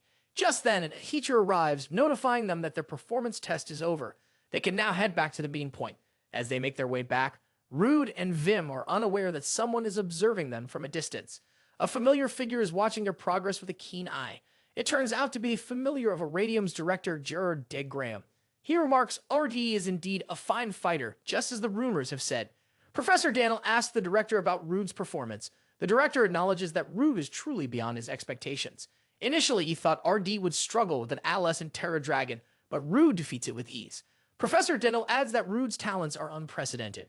He finds it hard to believe Rude is only 17. He confidently states Rude would make an excellent Dragon Slayer. However, the director points out that RD will have to surpass even that to become a hero, like the legendary hero of freedom. He refers to the Chronicles of Varner, a story from a time long past when humans were merely prey for dragonkind. Terra dragons roamed the land. Welden dragons dominated the skies, and colossal dragons loomed as large as mountains. Above all of them were the dragonkin who reigned supreme. Though they resembled humans outwardly, the dragonkin were intelligent and immensely powerful. They not only massacred humans, but also enslaved them for entertainment. 700 years ago, in the very amphitheater of the school, the dragonkin forced humans to fight as gladiators for their amusement. Among them was Varner, a gladiator stronger than the rest. He united his fellow captives and sparked a revolution. Under Varner's leadership, the gladiators became the first dragon slayers, pushing the dragonkin beyond the great northern mountain range. After a prolonged battle, they seal away the 7 dragons who ruled dragonkind, marking the beginning of an era of freedom for humanity. Professor Dennell questions the story, asking why Varner chose to seal the dragons instead of exterminating them. He reasons that if Varner had eradicated them, there would have been no need for dragon slayers. Now the director advises him not to dwell on the past, emphasizing that regardless of what happened, They must focus on ensuring people continue to live as humans should. An announcement interrupts their discussion, declaring that all groups have completed the performance test. Students are instructed to hand in their weapons and gather at the designated location. It is also announced that an additional test will take place in 3 days, with the brackets and locations posted on the main hall notice board. Fast forward to the day of the additional test. The students are gathered. Among them, Rude, Henneth, and Balak prepare together, all having qualified for the stage. However, Balak learns he is matched against Ryan. Hen teases him, urging him to at least put up a strong fight. Balak turns to RD, asking, is Ryan really that formidable? RD nods, explaining Ryan is likely the strongest among the first years. He adds confidently, but you're stronger this time around. As the duel approaches, Ryan and Balak step into the arena. The battle begins with Ryan launching a flurry of swift sword strikes. Balak blocks them using only his powerful muscles, shrugging off the blows as he shifts into his battle stance, ready to counterattack. Balak dashes at him using some unique footwork, launching a punch at him, but she blocks it with her sword. Ryan mentally assesses Balak's prowess and notices what she thinks is an opening. She decides to aim for it and swings her sword, but it turns out not to be an opening, as Balak has no intention of dodging. Instead, he launches his attack, which Ryan quickly dodges before landing a punch on him. Balak feels the impact and jumps back to create some distance. Ryan picks up her sword and asks, have you achieved harmony between your mana and muscles? She notes that he seems pretty tough. However, Balak feels her punch resonate through his bones, even though she isn't using any martial style. He wonders if her physical abilities exceed his own. Despite this, he becomes more riled up. His muscles bulge, ripping his shirt apart as he dashes at her again.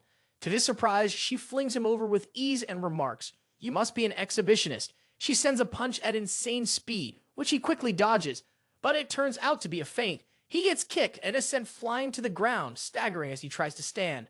Refusing to go down without a fight, he claims, I will draw out the full strength of my body to stand against you, as he attempts to bulk up his lower body muscles. Almost ripping his pants, the Invigilator immediately steps in and disqualifies him. He is taken away and Ryan wins the match. She glances at Rude before leaving. Meanwhile, Henneth, standing beside RDE, notices that he has been staring intently at Ryan. Wondering what's going on, she snaps him out of his thoughts. Hey, it's almost our turn, she reminds him. Don't you dare go easy on me. In the past, Henneth was known as the Flame Witch. A late bloomer, she eventually became the greatest pyromancer of all time. At her peak, no one could best her in a battle of wits, as she earned a name for herself through sophisticated techniques and sharp judgment. Back in the present, it doesn't take long before Henneth is defeated by Rude. However, she displays a unique attitude, a spirit that refuses to give in. Despite her determination, RD wins the match. He tells her, your last attack was close. The timing was good, but that lunge still needs more practice. Henneth retorts, you were just full of yourself. Maybe you should help me out and teach me some techniques with the dagger, especially since you're already teaching Ryan close-range arts. Rude immediately brushes her off, claiming he has somewhere else to be, and leaves. Henneth shouts after him, reminding him that the final match will begin soon, but Rude is already gone. The final match is between Rude and Ryan, but Ryan is seen running away, claiming that she doesn't want to fight him. She recalls how Rude had always avoided sparring with her in the past, coming up with endless excuses to avoid a match. Now, though, she is stunned by the intense look in his eyes. The fighting spirit she sees in him is something she has never experienced before. As Rude looks at her, she feels all his competitiveness and open hostility directed toward her, leaving her confused. She wonders why he seems so determined to fight her this time when he always avoided it before. Before long, Rude catches up to her. The final match will begin in 30 minutes. He tells her, demanding that she go back to the waiting room. Ryan is still hesitant, insists that she doesn't want to fight him. I don't care about the prize, she says. I'm just going to forfeit the match. Hearing this, Rude becomes furious. His voice rises as he asks, are you pitying me? Do you think I'm not worth your time? He accuses her of looking down on him, and his anger grows stronger. Ryan tries to explain what she meant, but Rude cuts her off. He doesn't let her speak, telling her she has no right to avoid the fight. Don't you dare run away this time, he warns. It turns out that Rude's anger and determination to fight Ryan stem from something much deeper. In the past, he had always been chasing after her. He hated her, just as she seemed to despise him. But their fates became intertwined during a deadly battle against the dragon of martial fists, Ray Paya. During that battle, Ryan sacrificed herself to save Rude. Even though Rude notes that the Ryan Krail he once knew is dead, he can't help but cling to the past. Deep down, he is aware that his feelings are driven by his inferiority complex. But that doesn't stop him. he still holds on to what happened between them, unable to let go. When he tries to approach Ryan, she slaps his hand away. Her voice is firm as she tells him, "Don't follow me." Without another word, she turns and leaves, leaving Rude standing there, his emotions a mix of anger, confusion, and longing. Back in the past, Ryan was lonely and detached from everyone around her. She carried the heavy burden of revenge, spending her days hunting dragons and shutting out the world. To her, Ryan was just another person in the background, not even worth noticing. But for Rude, Ryan was everything. She was the standard of genius he had always wanted to surpass. Her skill, her strength, and her sheer determination were things he envied the most. Rude's envy burned deep inside him, driving him to push himself harder every day. He wanted to stand on equal ground with her to prove he could be better. But no matter how hard he tried, she always seemed far ahead. That envy is the reason he can't let go of her memory, even now. When the time for the final match arrives, Rude steps into the arena ready to face her. But to everyone's surprise, Ryan doesn't show up. The announcer declares Rude the winner by forfeit, leaving the audience in shock. Whispers fill the air as people wonder what could have happened to Ryan. Rude doesn't celebrate his victory. Instead, his frustration grows. He has no intention of letting her run away or avoid the confrontation between them. Ryan sits in her usual quiet spot, lost in thought. She wonders if Rude is still angry with her. She knows the additional test must be over by now, but she's unsure what RD might be thinking. Just as she starts to feel uneasy, she's startled by Rude's sudden appearance. Her eyes widen in surprise. "How did you find me?" she asks. Rude smirks faintly. "I already knew about this spot. In my previous life, Ryan would always come here whenever you were upset. And back then, he'd come here to challenge you to a fight. It was one of the few ways he could interact with you, even though you rarely paid him any attention." Without saying much else, Rude throws a sword toward her. It lands just in front of her feet. His voice is firm and unyielding as he commands her, "Stand up." He declares, "We're going to have the final fight now, and I won't take no for an answer." Without waiting for her response, Rude charges at her with his sword, launching an attack. Ryan, taken aback, picks up the sword to block his strike. She tries to reason with him. "I don't want to fight," she says. But as their blades clash, she can feel the weight of his sword pressing down on her. The sheer force of it shakes her stance, and for the first time, she feels unsure. She wonders if this overwhelming energy is why he seems so confident in challenging her. Rude follows up with another swift attack, but this time Ryan erects a mana shield to block it. To her shock, his next strike shatters the shield, forcing her to jump back quickly to dodge the blow. As she steadies herself, she channels her mana to unleash an air slash in his direction. Rude pauses for a brief moment, his eyes lighting up with recognition. Seeing her use an air slash only confirms how incredibly talented she is. Despite her skill, Ryan tells him to stop. "There's no point in continuing," she insists. "You can't possibly win against me when I can wield such techniques." But Rude refuses to back down. His determination burns brighter as he launches another sword strike. Ryan raises her blade to block it, only to realize too late that it was a feint. The real strike lands squarely on her, catching her off guard. Before she can recover, Rude closes the gap between them and begins unleashing a flurry of punches. Desperate to create some distance, Ryan sends out a series of air slashes, hoping to force him back, but Rude skillfully weaves through each one. Moving closer with precision and agility, Rude accelerates in a final burst of speed. He closes the distance completely and delivers a solid punch directly to her face. She tries to attack again with her sword slashes, but Rude doesn't allow her to. He continues using his fists to counter her every move. Ryan notices his uncanny reaction time as if he is completely reading her movements. Meanwhile, Rude is aware that Ryan is even stronger than she was in his previous life. He knows he won't stand a chance unless he uses Hooper Sense. However, despite overwhelming her, he doesn't feel content. He jumps back and pulls out his sword. Ryan retaliates with air slashes, confident that he can't use it yet. After delivering her attack, Ryan feels certain she has won, but to her surprise, she sees Rude pulling off the same move. It turns out that he has gained the power of the fourth wing, which allows him to use an air slash. His air slash is on an entirely different level compared to hers, and with it, he wins the duel. Even though he has triumphed over someone he has always looked up to, Rude doesn't feel any satisfaction. His victory brought Rude no joy. Noticing his lack of emotion, Ryan asked with a hint of sarcasm, "Are you happy now?" But Rude only felt empty inside, as though the victory meant nothing. Seeing this, Ryan's frustration grew. She couldn't believe Rude had pushed her into a fight she hadn't wanted, only for him to admit he felt nothing afterward. In her agitation, she stepped forward and gave his shoulder a firm push to show her displeasure. "Then why did you fight me in the first place?" she demanded. Rude explained that he had wanted to defeat her at least once. But Ryan pointed out something he had never acknowledged. He hadn't truly wanted to beat her, but rather to overcome someone else, someone who had haunted him since their very first meeting. This made Ryan feel as though she was nothing more than a stand-in for that person in his eyes. Rude quickly denied it, explaining that she was someone he had always admired, someone at a level he could never hope to reach. No matter what I do, he continued, I can never catch up to you. But the real reason for his frustration was that he couldn't accept the fact that she, of all people, had sacrificed herself for him. This revelation left Ryan confused. She couldn't fully grasp what he meant. After all, they have only met in school, so she can't fathom what he is talking about. Pelua, who has been watching, tries to warn RD not to reveal his past, but Rude ignores him. He goes on to explain that in his previous life, Ryan died saving him, revealing that he is speaking of events from his past life.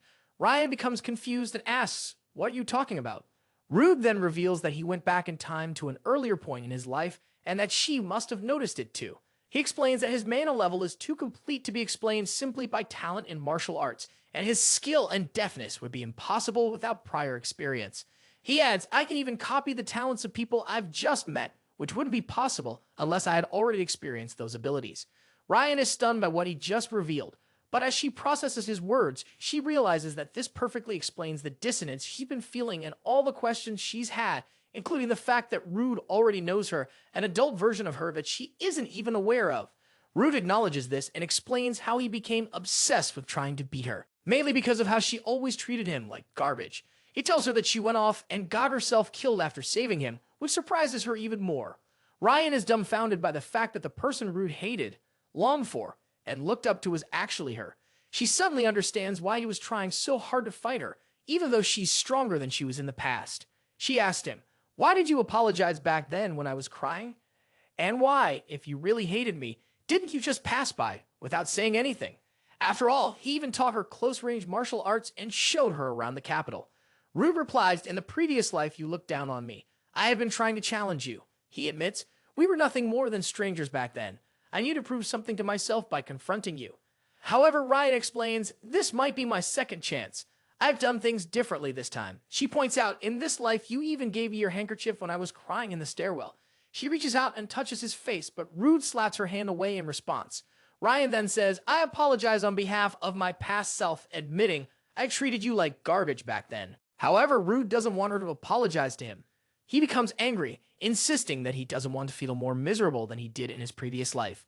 Ryan, feeling frustrated, grabs him by the collar and headbutts him, telling him to shut up. She insists that it's not easy for her to accept the situation. After all, he should have been the one to apologize, but instead it's all because he couldn't let go of his stupid grudge even after going back in time. She continues explaining that everything he felt in his previous life has nothing to do with her right now. Now she is just doing him a favor by apologizing first, even though she's not the person he knew back then. She tells him that her emotions right now are real and that she is not the same person from the past. After saying this, Ryan leans in and gives him a kiss, then confesses that she likes him as he is right now.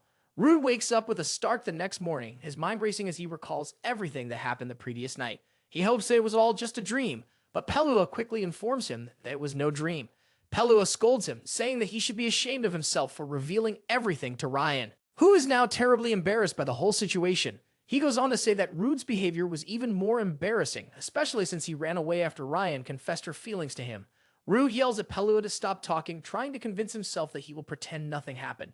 He claims that Ryan was the one who acted strangely, kissing someone who had forced her to fight, and rambled on about his previous life. He tries to brush it all off, but Pelua reminds him that today is the day he is supposed to receive the reward for completing the additional test. Rude quickly heads out, frustrated that Pelua hadn't told him this sooner. Later, Rude is seen with the director as they head toward the school's vault. The vault holds the legacy of past dragon slayers along with priceless artifacts and weapons. Even if a student wins the tournament, they still need a majority vote from the professors and the director to gain access to the vault. It has been a long time since anyone has been allowed in, but now, thanks to RD, that chance has finally arrived. As they walk, RD recalls the time when his big brother and Ryan were the ones chosen to receive weapons from the vault. This time, however, no one else seems worthy enough to take his brother's place except for him. Soon, Rude and the director arrive at a very antique building known as Aradium's Vault. The director activates the door, explaining to Rude that no matter what he chooses, the vault contains not only the history of Odium, but also the legacy of the Dragon Slayers. It is a great honor and source of pride to set foot in this sacred place, the director says. As the door opens with a blinding white light, RD enters, feeling the flow of mana change. Pelluo explains, because the vault exists in a separate realm, much like the Island of Treasures of the Dimension Dragon, there are no fixed coordinates for this place, making it an even more mystical and elusive location. Once inside, RD sees that the vault is filled with items of the highest quality. Pelluo asks, "What are you looking for?" RD heads toward a particular item, the blasphemous blade Demios. Pelluo immediately recognizes it as a relic of Varner, the sword used by the first Dragon Slayer. Demios is a pitch-black blade known for its ability to sever the flow of mana, Pelluo explains, and even fend off the greatest of magical attacks. Pelluo then asks, "Have you chosen the sword to follow in the footsteps of the hero Varner?" Rude responds firmly, that is not the case. He continues, if Varner truly wanted to save the world, he would have exterminated all the dragons instead of sealing them away. I chose the sword because it was the same one my brother used in his previous life. Its ability to protect against the strongest of the dragon kind is vital to me. As he prepares to leave, Rude stumbles upon a blue and yellow crystal lying on the floor. He picks it up and examines it, realizing that it is not a weapon, nor is it imbued with protective magic. As Rude continues to inspect the stone, a terrible realization strikes him. The memory of a conversation from his previous life comes flooding back. A conversation he had with his brother, Aesir, about Professor Damien's death. They had seen a similar blue and yellow stone in the sky, one that was about to crack open. Then, a lightning dragon harem had appeared, causing mayhem in the school. The stone in his hand is not just any crystal. It is the seal stone of the lightning dragon harem. A sense of dread fills him as he recalls the destruction the harem brought in the past. Back then, Rude had neither the will nor the skills to withstand the existence of the 7 dragons. As the years passed, he couldn't forget the terrible screams or the chaos that ensued. The memories of destruction, pain, and the aftermath of the dragon attacks haunted him. Even now, the weight of those memories lingered in his mind. Now standing before the seal stone of the lightning dragon, Rude realizes that it doesn't belong in the vault. Unlike the other items in the vault, it isn't imbued with any protective magic or special enchantments. It is an anomaly. His mind races as he comes to a horrifying realization. The lightning dragon didn't come to attack Arenadium. It had been here all along, lying dormant. Rude turns to Pelluo asking, "Can you determine when the lightning dragon will awaken?" Pelluo responds gravely, "Since the seal is in poor condition, it won't last more than another 2 years." This information sends a chill down Rude's spine. In his previous life, he had calculated the timeline.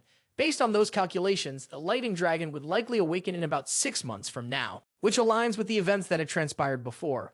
It had been only a few months after this point that Professor Damien had died, which meant something had triggered the awakening of the lightning dragon. RG then remembers Jeremy's involvement and the heart of the ever-changing dragon he had pocketed. This heart had likely sped up the lightning dragon's emergence, causing the disaster to unfold much sooner than anticipated. Rude's grip tightens around the seal stone. He cannot afford to leave it in the vault, knowing the danger it poses. With the situation growing more urgent, Rude makes the decision to keep the seal stone. He cannot take any chances by leaving it behind. His plans must move faster than originally intended. There is no time to waste. Pelluo then asks Rude a pointed question. If you plan on exterminating all dragons in the world, what will you do if you encounter a good dragon? Rude's response is chillingly resolute. Even if a good dragon exists, it would already be dead by now. The implication is that no dragon, no matter its nature, can be trusted or spared. Rude's determination to eliminate every dragon remains unwavering. At this moment, Rude knows he cannot afford to tamper with the seal stone any further. The best course of action is to prepare for the inevitable incident. His thoughts are occupied with the situation, but he's also been frequenting meetings with Professor Damien, who has become more comfortable around him, even if he still doesn't talk much. During one of their classes, Damien casually mentions that Rude's skills with the dagger have surpassed what he can teach him. He wonders why Rude insists on continuing their lessons despite already mastering the basics. However, Damien acknowledges that Rude seems to enjoy the tea they share during these sessions, and he offers to procure better quality beans next time. Rude, however, replies that he still wants to learn more about Damien's experiences as he respects him deeply as a senior dragon slayer. Damien is visibly uncomfortable with the topic, a reaction that doesn't go unnoticed by Rude. He senses that something is off, and after a moment of thought, it clicks. Damien's discomfort likely stems from guilt, specifically guilt tied to the fact that Rude is from Desol, the land destroyed by the heart of the dragon that had once caused so much destruction. Rude decides to capitalize on the situation, asking about the incident that happened in Desol, which used to be his home. Damien begins to feel down as he listens to Rude talk about his family, all of whom are gone due to that incident, except for him and his brother. Damien feels even more guilty and quickly stands up, telling Rude that their time is up, and that he'll listen to the rest some other time. As Rude leaves, he adds that he lost everything to the dragon and is desperately struggling to get it all back. As soon as Rude leaves Damon's office, Damon takes a deep breath, feeling consumed by guilt as well. However, he knows that Damon won't be able to keep his mouth shut for long. If Damon doesn't reveal anything or turns out to be evil, he'll kill him himself. Still, he doubts that Damien is an evil person, considering how many burdens he's carrying. Meanwhile, Damien is seen in his office, seemingly muttering, "I'm sorry." Rude sits in his room, lost in thought, wondering how long it's going to take for Professor Damien to say something. It has been a while since he last heard from him, and he needs some kind of response before he can begin any preparation. He knows that with the current abilities he has, the most he could achieve is 4 wings, which would give him access to air slashes and the inventory. However, this is far from enough to stand a chance against the powerful lightning dragon he is preparing to face. Peldua, who is nearby, asks, is the inventory one of the abilities granted by heavenly spearmanship? Rude explains heavenly domain is a separate space that the inheritors can use, allowing them to store and access items. He continues, in my previous life, my brother used the inventory to gain access to countless weapons. It's something I've always longed for. The ability to pull out any weapon he needed at any moment is something Rude dreams of acquiring, but it feels out of reach for now. Later, Rude enters the training grounds and notices Ryan yelling at Balak. Balak keeps taking off his gym clothes, and Ryan is getting frustrated. She explains to Rude, I'm trying to practice close combat, but Balak's actions are causing a stink and distracting everyone. Without hesitation, Rude decides to use spiritual magic to clean Balak, a move that surprises everyone present. Henth, curious, asks, when did you learn how to do that? And Rude casually responds that he picked it up recently. His nonchalant attitude only adds to the surprise. Rude, now ready to start his own training, is about to focus on his practice when Ryan reminds him that he hasn't properly answered her about something she mentioned earlier. Henneth, curious, asks what's going on, and Ryan nervously reveals that she confessed her feelings to Rude. Henneth is shocked by this revelation, unsure how to respond. Before anyone can say more, a sudden sound from outside interrupts them. The group rushes to check what's happening and discovers Willem being beaten by an upperclassman. Despite the brutal treatment, Willem doesn't back down. He even insists that the upperclassman apologize for insulting RD. Willem struggles to stand up, determination in his eyes as he says that Rude is his rival and that no one has the right to insult him. However, before he can get far, the upperclassman strikes him again, knocking him back down. At that moment, RD steps in, his voice firm as he commands the upperclassman to stop. He reminds the upperclassman that he is the one who has been insulted, mentioning how the upperclassman has been calling him an orphan. Fueled by anger, Rude retaliates with a powerful punch to the upperclassman's face, knocking him down and beating the sense out of him. Willem, witnessing this, feels an overwhelming sense of gratitude. Rude has saved him once again. As the dust settles, all the other upperclassmen are seen kneeling on the ground, clearly intimidated by RD. They seem to recognize him as their senior as he stands in front of them, scolding them for their behavior. One of the upperclassmen, still on the ground, speaks up, revealing that they had heard rumors about Rude. Despite being a first-year student, Rude has been gaining a lot of attention. It's been said that he's extremely rude, especially towards someone named Jeremy. Meanwhile, Jeremy sits in his office, watching the clock as the seconds tick by. He glances at the door, remarking that Rude is running late.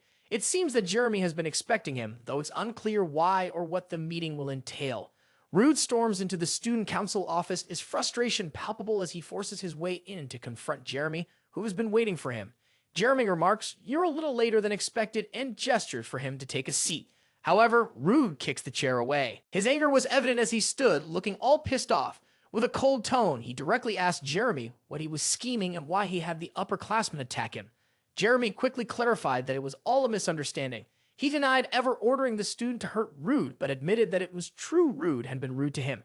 Jeremy then shifted the conversation, mentioning that he had learned Rude had been meeting with Professor Damien quite often lately. He warned Rude that Damien was dangerous, reminding him of the caution he had given before. Rude cut him off, asking sharply, "Are you concerned because Damien has the heart of the ever-changing dragon?" Jeremy was taken aback, shocked that Rude was aware of that fact. He quickly recalled that Rude must have learned about it from Bryce, who had surely informed him. Jeremy speculated that RD had probably been reported to if anything went wrong with Damien. He was correct in his assumption. Despite this, Rude's dislike for Jeremy's authoritative tone grew. He hated how Jeremy acted as if he knew everything.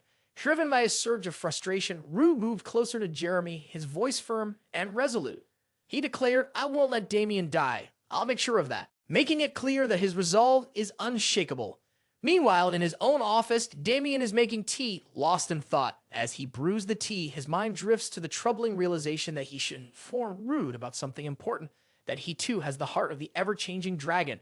Damien knows he owes Rude an explanation about how he came to possess it and the implications it carries.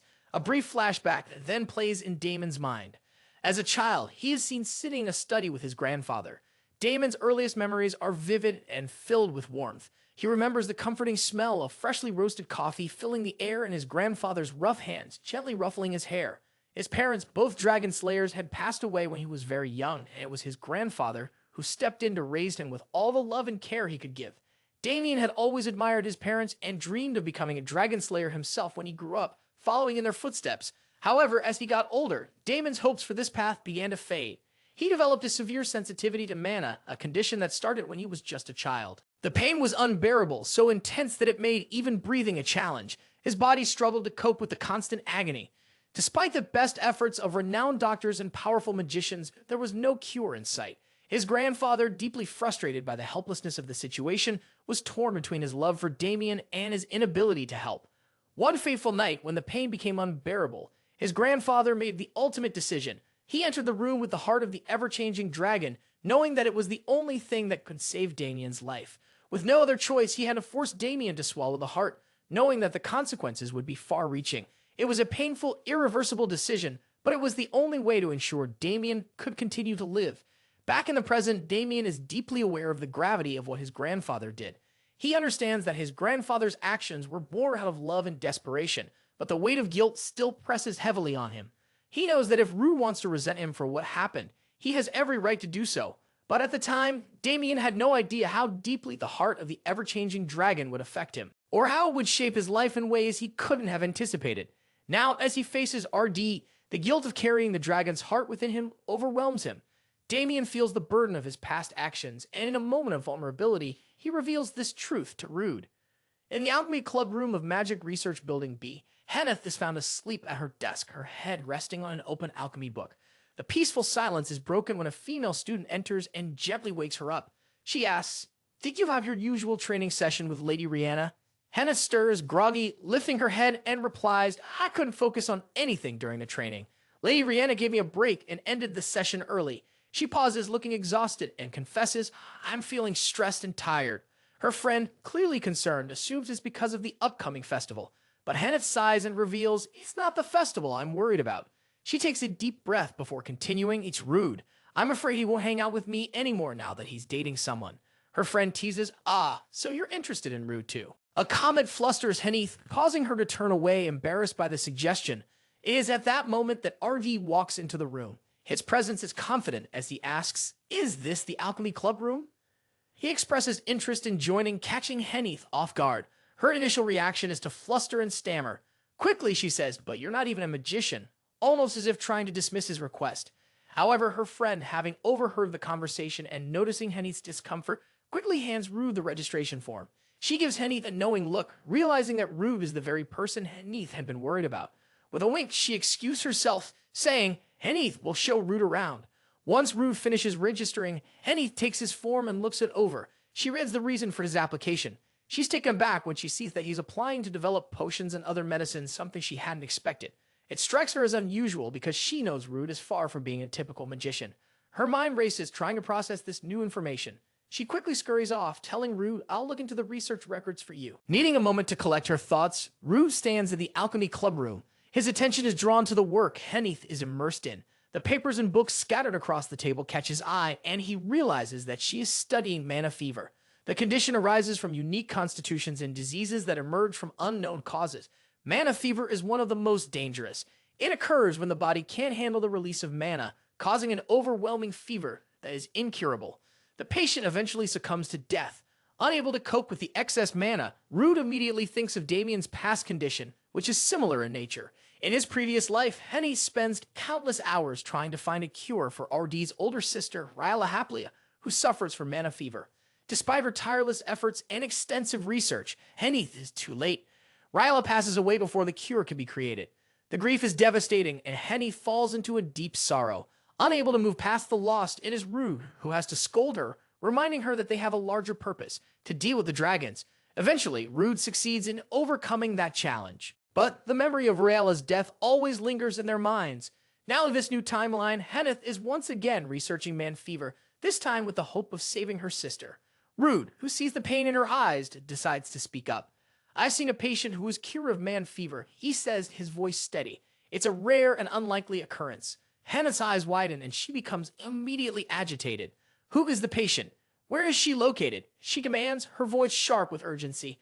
Rude hesitates for a moment, considering his words carefully. The patient is a woman with a very foul temper. She dedicated her entire life to researching a cure for man fever. Hanneth leans forward, eager to hear more. Unfortunately, she died before she could share her findings, but I've managed to learn a few things by observing her methods. He pauses again, his gaze lowering. I'm not well versed in alchemy, he admits, but I believe that if we can find the right ingredients, you should be able to create the medicine. Hannah's heart races as she processes his words. Rude continues, his tone serious. I promise to help you with the process, but in exchange, I'll need a few potions, a large supply for the future. This is the only way I can ensure that I'll have access to them. Hanneth, overwhelmed with gratitude and emotion, nods silently. Immediately, she hugs him tightly, thanking him for his willingness to help. She feels a sense of hope rising within her, something she hasn't felt in a long time. Rude, however, is cautious. He hopes that this time, Hanneth won't be too late. Every year, near the end of autumn, Odium hosts a grand festival. The festival marks the beginning of the human era, celebrating the sealing away of the 7 dragons by the first dragon slayers. This event is celebrated not just in Odium, but across the entire empire. The festival draws in many visitors, including outsiders from beyond the Althea Empire. It is a time of great excitement and joy for everyone involved.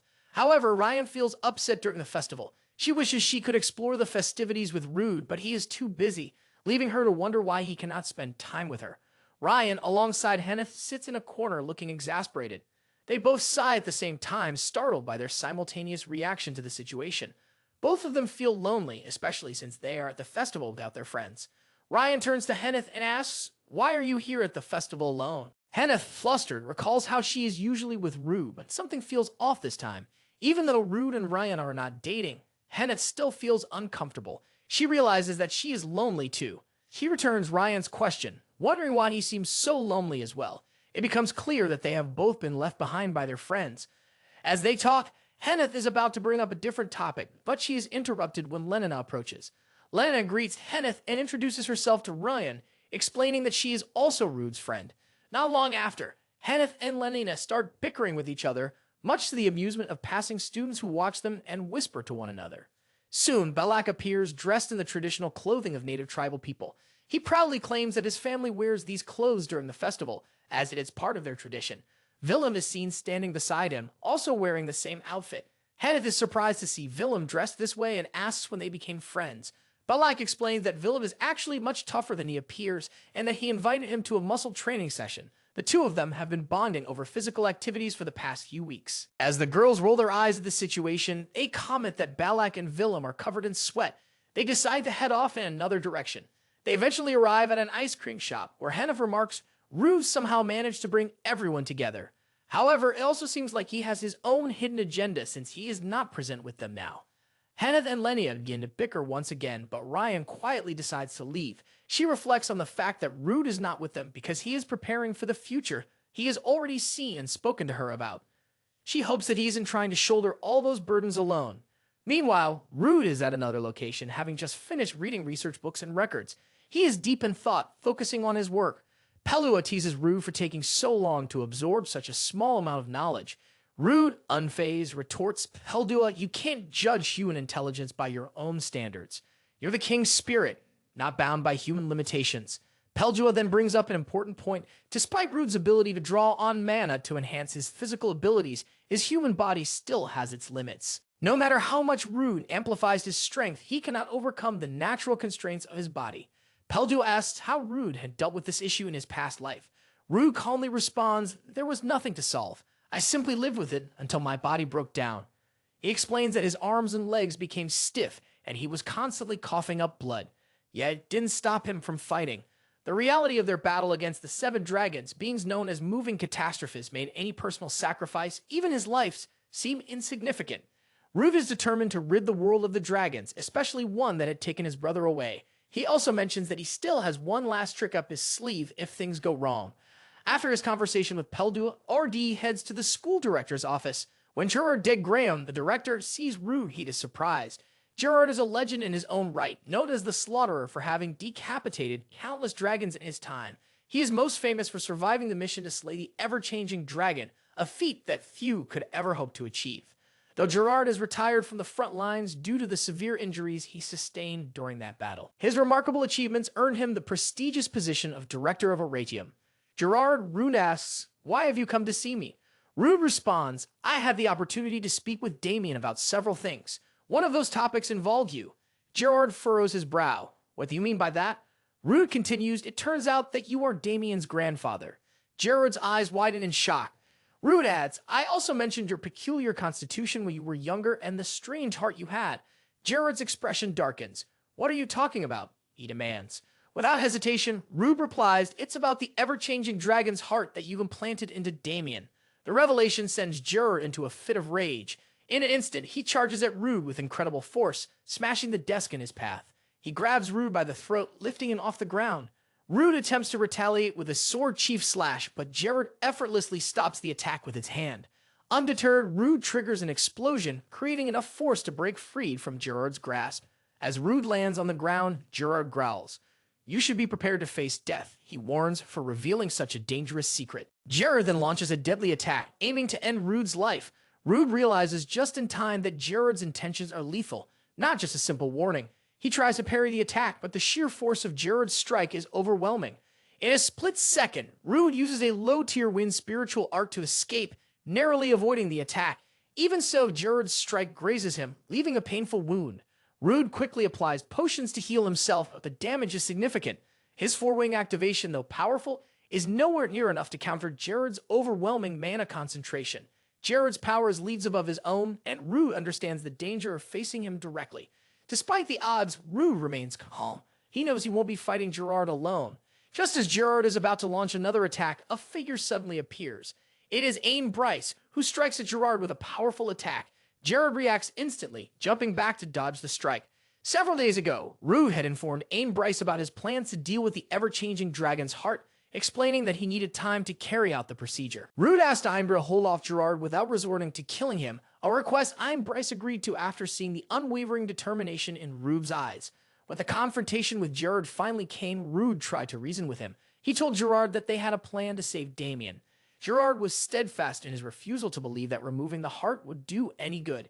He insisted that destroying the heart would lead to Damien's death, and he wouldn't allow it.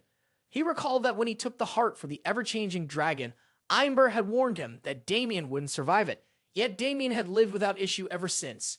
Gerard demanded to know why Einber's stance had changed now. RD calmly explained that they intended to remove the heart despite Gerard's objections. Angered by this, Gerard launched a furious attack at RD. Ain Bryce quickly intervened, telling Gerard not to upset himself further. He reassured Rude to continue with the plan, promising to hold Gerard off while Rude focused on the heart. Gerard, not wanting Rude to leave, attempted to strike again, but Ain Bryce intercepted his attack. The two warriors engaged in a fierce clash. With Ain retaliating using the whirlwind of the heavenly spearmanship, the battle rages on. RD is relieved that things are proceeding as planned. He begins to make his way to find Damien, feeling a sense of urgency. However, just as he is about to leave, an ominous feeling washes over him. His expression turns grim as a sense of foreboding fills the air. Meanwhile, Damien is struggling with intense pain. He coughs up dark blood, feeling the agony in his body. The pain is unbearable, and he can't help but feel as if it's all connected to being provoked to the brink of despair. Damien believes the only way to escape this torment is to distance himself from others, hoping that the pain will subside if he isolates himself long enough. At that moment, Jeremy approaches Damien with malicious intent. He taunts him, calling him a monster. "You're nothing but a walking catastrophe," Jeremy accuses, "a threat to everyone around you." These cruel words strike deep within Damien, pushing him closer to the edge. Unable to withstand the barrage of insults, Damien grabs Jeremy, pinning him against the wall. He tries to stop the torment, but Jeremy persists. His words relentless, they start to weigh heavily on Damien's already fragile state of mind. As Jeremy taunts him further, Damien's resolve begins to break down. He feels the crushing weight of what Jeremy says, that his very existence is a disaster for those around him. In a moment of utter despair, Damien reaches for the dagger Jeremy had pulled out, ready to end it all. But as the blade nears, he suddenly remembers the words of his grandfather and Rude. Both had urged him to hold on and fight to stay alive. In that split second, Damien manages to block the dagger at the last possible moment, his hand trembling as he catches it.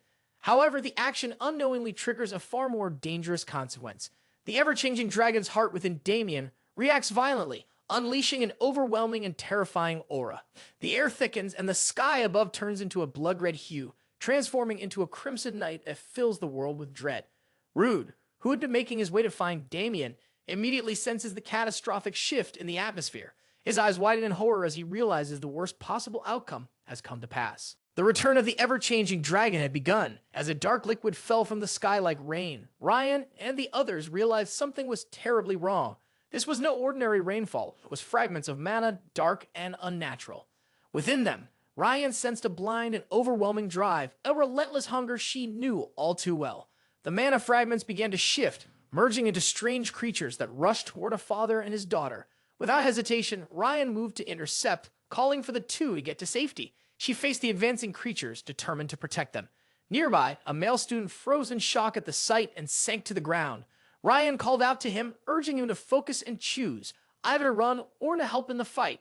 The student hesitated, but then found his courage and others began to join in. Some guided civilians away, while others worked to hold back the creatures. As the battle grew more intense, Ryan realized that the monster hounds they were facing kept getting back up. Despite their injuries, the monsters are regenerating rapidly. Ryan narrows her focus, her determination clear, and she unleashes a critical air slash. The attack cuts through the air with precision, obliterating the monsters completely. This surprises the students around her. They are in awe of her power, but Ryan's mind is elsewhere. She knows the source of this chaos is none other than the ever-changing dragon. Ryan quickly formulates a plan, urging the students to spread out and protect the citizens. She ensures the injured are evacuated to safety. "Hold your ground while I seek out RD," she tells them. As she turns to leave, another form emerges from the swirling dark mana. This is no ordinary monster. It is the result of the ever-changing dragon's shape-shifting ability. The creature takes on the appearance of someone it has devoured, growing stronger with each victim. Ryan steels herself, understanding that this new threat will only complicate her mission to find Rude. Meanwhile, Rude is filled with concern. The worst-case scenario he had feared is unfolding before him. He looks to his grandmaster, urging him to follow through with Fair's plan. But before he can focus fully on the task at hand, his eyes widen in horror. Out of the dark mana, a grotesque figure emerges. Damien now transformed into a winged monster, a twisted reflection of the boy he once knew. Damon's transformation is a nightmare. His features are distorted, his body now monstrous with wings and claws, an embodiment of the ever-changing dragon's influence. His grandfather, seeing the transformation, is overwhelmed with grief and fear. He recalls the tragic death of his own son and wife, all because he was trying to save the world. Now standing before him is his grandson, consumed by the dragon's heart, the very thing that has doomed him. "Damien," the old man whispers, his voice shaking. Damien charges at his grandfather, his claws raised for the kill. But the old man does not move to defend himself. He closes his eyes, seemingly resigned to his fate, ready to accept whatever comes. RD, despite the immense pressure, manages to defend against Damon's furious attacks. He blocks the strikes, his mind focused on the crucial task at hand. He knows that even though Damon's body is being used by the ever-changing dragon, Connell's movements still hold patterns that Rue can recognize, patterns he memorized during your training sessions. This familiarity gives him an edge as he begins to launch his counterattacks. But he is quickly interrupted when Gerard charges at him, unwilling to let him harm his grandson. "Stop!" Gerard shouts, his voice full of desperation. "I won't let you hurt him." Gerard's assault is met with Iron Bryce's intervention. He intercepts the attack, blocking Gerard's strike. "You're putting yourself in harm's way." Bryce scolds Rude. "You shouldn't be attacking Damien. He's not fully himself anymore. He's controlled by the dragon." Rude, however, refuses to back down. "I can't let Gerard die," he retorts, his voice firm with resolve. Bryce, frustrated, shakes his head. "It's Gerard's fault." He snaps. He allowed the heart to be placed into Damien. He should have been prepared for this outcome. But Rude won't accept that anyone has to die. "I refuse to believe it's too late," he insists. "We can still save him. I'm ending this without any more bloodshed." Imber, standing to the side, reluctantly agrees. "You're running out of time," he warns. "Damon's transformation has already gone too far. Even if you succeed in removing the heart, it might already be too late to save him." Damien's true self may be completely consumed by the dragon's influence. RD, undeterred, urges Bryce to follow through with their plan. Imber moves to face Gerard, preparing to keep him occupied, while Rude deals with the heart. As Damon charges at Rude again, his speed is remarkable. With a quick slash, Damon tests RD's defenses. Though the attack is fast and powerful, Rude manages to block it. His training with Damien's fighting style gives him an advantage. He studies David's movements carefully, realizing that the body is still mostly under Cannel's control, but not entirely. It becomes clear to Rude that Connell's core must be located in Damien's neck, and if he destroys it, he could stop Connell's regeneration, preventing the dragon from fully taking over Damien's body. The cost, however, would be Damien's life. Rude steels himself, knowing that this is the only way to stop the creature without leaving any room for further devastation. He pulls out a battle axe, his weapon of choice for this moment, and begins launching powerful blows at Cannel, who is using Damien's body. The dragon's movements are erratic, but Rude's strikes connect, landing a series of punches that leave Connell gasping for air, spitting out blood. For a moment, Rude feels a rush of confidence, believing he is gaining the upper hand. However, Connell, now realizing that its control is slipping, releases a violent surge of mana. The force of the attack knocks Rude back, his body bruised and battered from the impact. He quickly regains his footing, noting how Connell is adapting to his attacks. The dragon is learning, and Rude knows that he must finish this before it becomes fully accustomed to the body and its abilities. With RD's blood dripping from his wounded hands, Connell speaks in a dark, guttural voice. The hunger within him is palpable, and he taunts Rude, reveling in the pain he has caused. Rude knows this is the moment when Connell will make his move, and he braces himself. Suddenly, Connell withdraws his mana, and a massive magical circle forms around him. RDE, in the midst of a chaotic battle, activates his Hooper sense to quickly dodge the massive attacks unleashed by Connell. His reflexes sharpen, he evades each strike with precision, but he knows he can't keep dodging forever. The battle with Cannell has escalated to a level where he must use everything at his disposal. Reluctantly, he reaches for the Blasphemous Blade Demios, a weapon known for its dangerous drain on mana. Yet, faced with no other choice, he channels the weapon's power and unleashes a tremendous air slash. The attack rips through Connell's assault, clearing the path momentarily. As they pause, Pilro, having observed the fight, asks, "Rude, are you holding up well?" He mentions that Connell's ability to absorb the powers of those it consumes is well known, especially given its impressive magical prowess. Rude, wiping blood from his face, responds, "It should be no surprise. 10 years ago, Connell devoured hundreds of dragon slayers, further strengthening its abilities. To keep himself in the fight, Rude quickly pours potions on himself, healing his wounds. His determination remains unwavering. The clash resumes, and Rude notices that Connell's movements have become even smoother in a brief time they've been fighting. The dragon's adaptability is formidable, yet Rude isn't overly concerned. He knows that while Damien's combat skills have certainly grown, they are still far below RD's level, especially considering his own experience from his previous life. With this confidence, Rude launches a counterattack, a precise slash to Cannell's chest. The strike causes the dragon to roar in fury, but before RD can capitalize, Connell retaliates with another high-tier magic attack. Rude feels the strain. This might be a battle he can't win through defense alone. In that moment, RD recalls the words of Arthur, his mentor. Arthur had told him that his spearmanship was approaching its full potential, and that to take the final step, he needed to learn through real combat. Arthur had gifted him with a technique known as the lightning spear. Now, RD knows it's time to use it. With a flash of realization, he unleashes the lightning spear toward Connell. The spear crackles with energy, ready to pierce through the dragon's formidable defenses. Meanwhile, on the battlefield, Balak and the others are fending off the relentless onslaught of monster dogs. They are numerous, and despite their best efforts, they just keep coming. Realizing that the fight is escalating, Lenia steps forward, kneeling down as the monsters charge toward her. With a calm but focused demeanor, she activates her spiritual power, freezing the monsters in place and turning them into ice. Her voice cuts through the chaos. "Henneth, destroy them," she orders, having already rounded up the frozen beasts in a confined space. Henneth responds with fierce determination. Stacking spells on top of each other, he unleashes a massive explosion that obliterates the frozen dogs. Lenia brushes off her hands as she stands, her voice calm, but with a hint of thought. "I didn't kill them," she comments. "I merely immobilized them. It might have been easier to finish them off outright, though." Bala, hearing this, sighs in frustration, but acknowledges the value of the time Lydia has bought them. "You've bought us valuable time," he says, nodding before taking the front lines again. "Everyone, replenish your mana while you can." But before they can catch their breath, the dark mana continues to swirl and coalesce. A humanoid figure forms from the remnants of the dark liquid, his movements reflecting a combat style that closely resembles the Stero style. Balak's eyes narrow as he recognizes the deadly efficiency of the form. Locked in combat with the humanoid figure, he realizes the overwhelming power he's facing. The mana emanating from the creature and its strength resemble the perfect power of an ancient ancestor.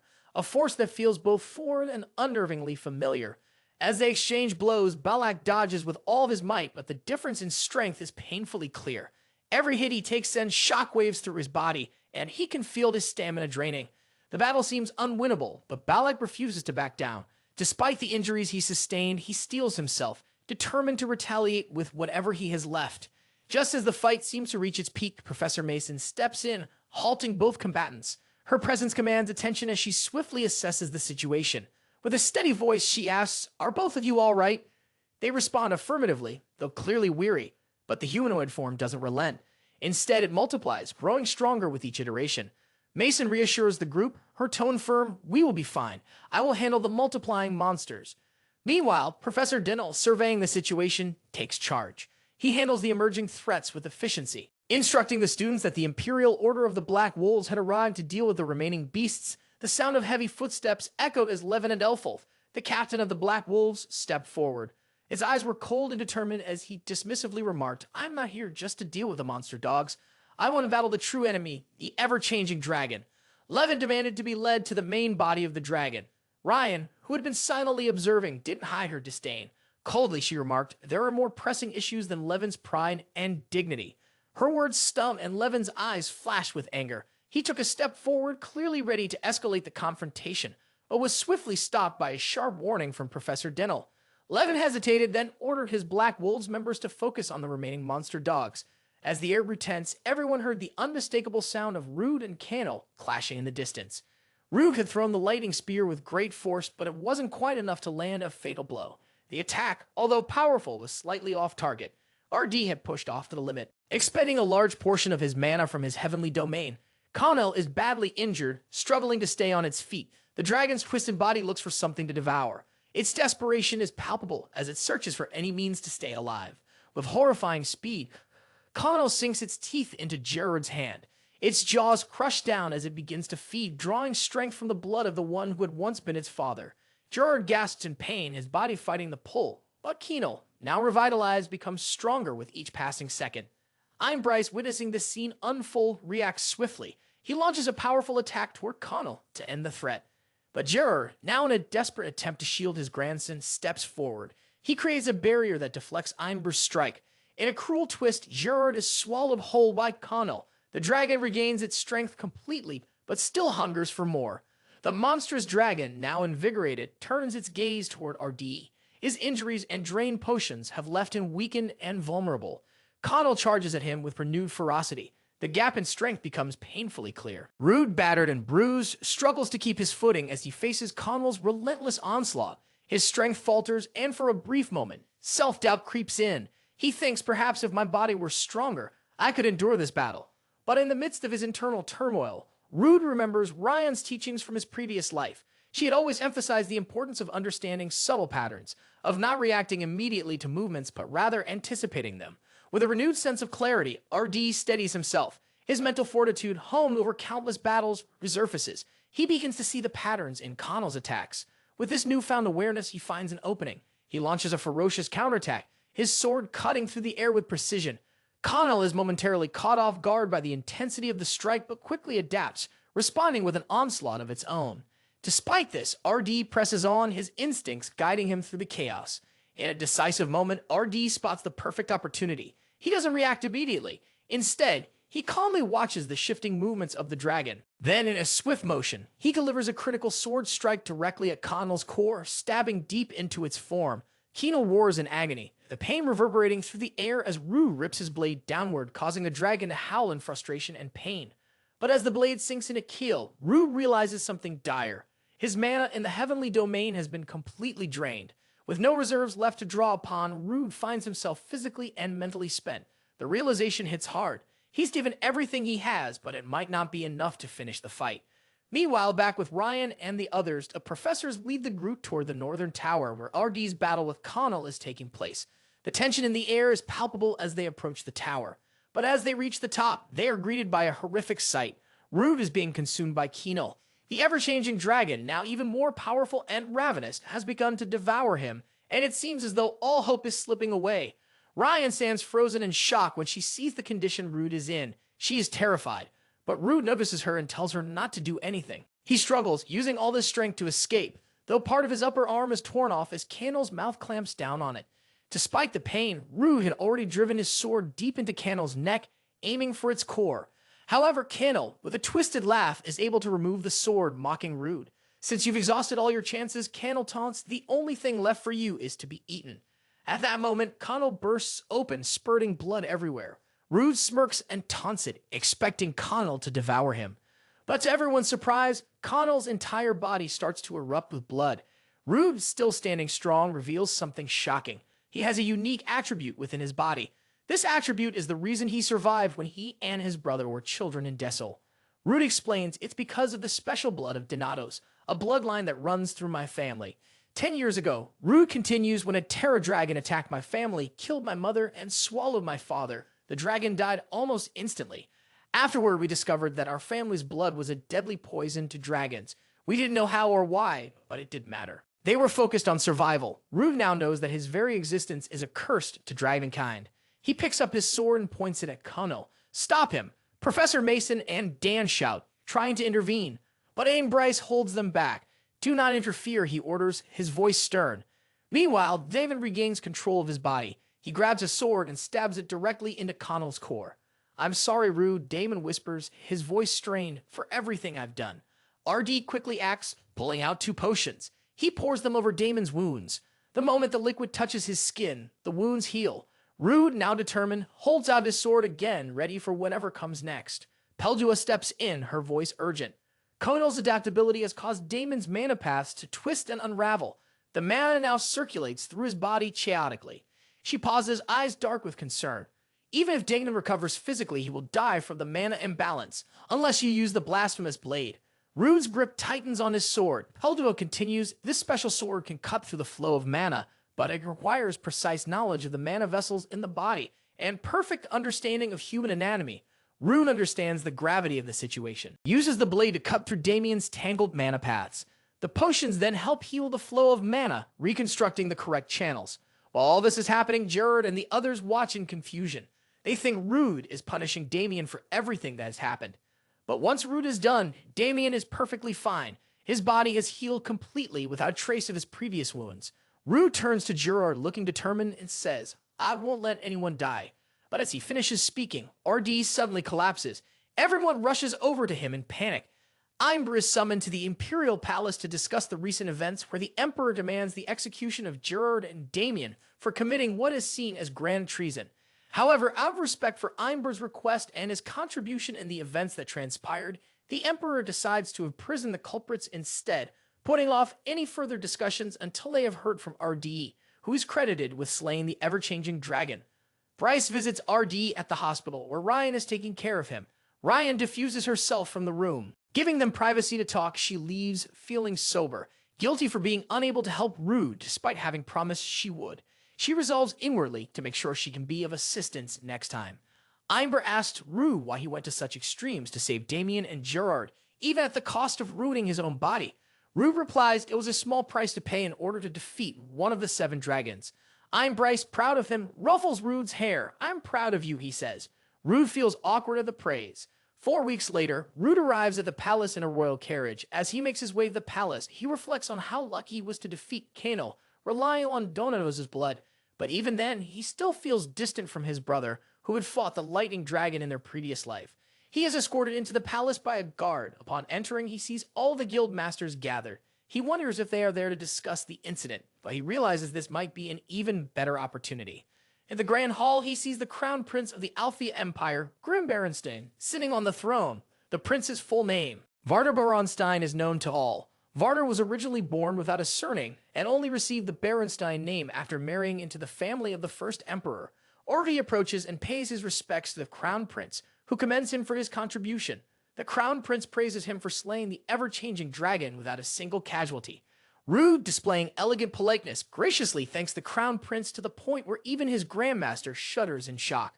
However, the Crown Prince then asks, is there anything you would like as a reward? To everyone's surprise, Rude requests that Gerard and Damon be pardoned and spared from execution. The room falls silent at this unexpected request. The Crown Prince and the others, including Levin, are startled by Rude's words. Levin, quick to react, dismisses Rude's request as pompous, suggesting that Rude only succeeded due to luck and that it is unreasonable to pardon the two men. However, the Crown Prince gestures for Levin to stop. He then tells Rude that granting his request will be difficult, something Rude had expected. Rude doesn't back down. Instead, he takes out the seal stone of the lightning dragon and presents it to everyone. The sight of the powerful artifact catches everyone's attention. Rude, undeterred, is ready to make his case. The lightning dragon Harem is one of the 7 dragons and is renowned for its strength and intelligence. It is the only dragon lord among them capable of using polymorph abilities despite not being a true dragon. Harem is also highly strategic, often retreating during a defensive position to prepare for a second attack. Many dragon slayers lost their lives in Rude's previous life while trying to stop Harem. It was only through the combined efforts of many, including Aesir, that they were able to defeat the lightning dragon. Rude presents the seal stone of Harem, causing immediate alarm among the guild masters. Levin in particular raises his sword, accusing Rude of bringing a dangerous object into the imperial palace.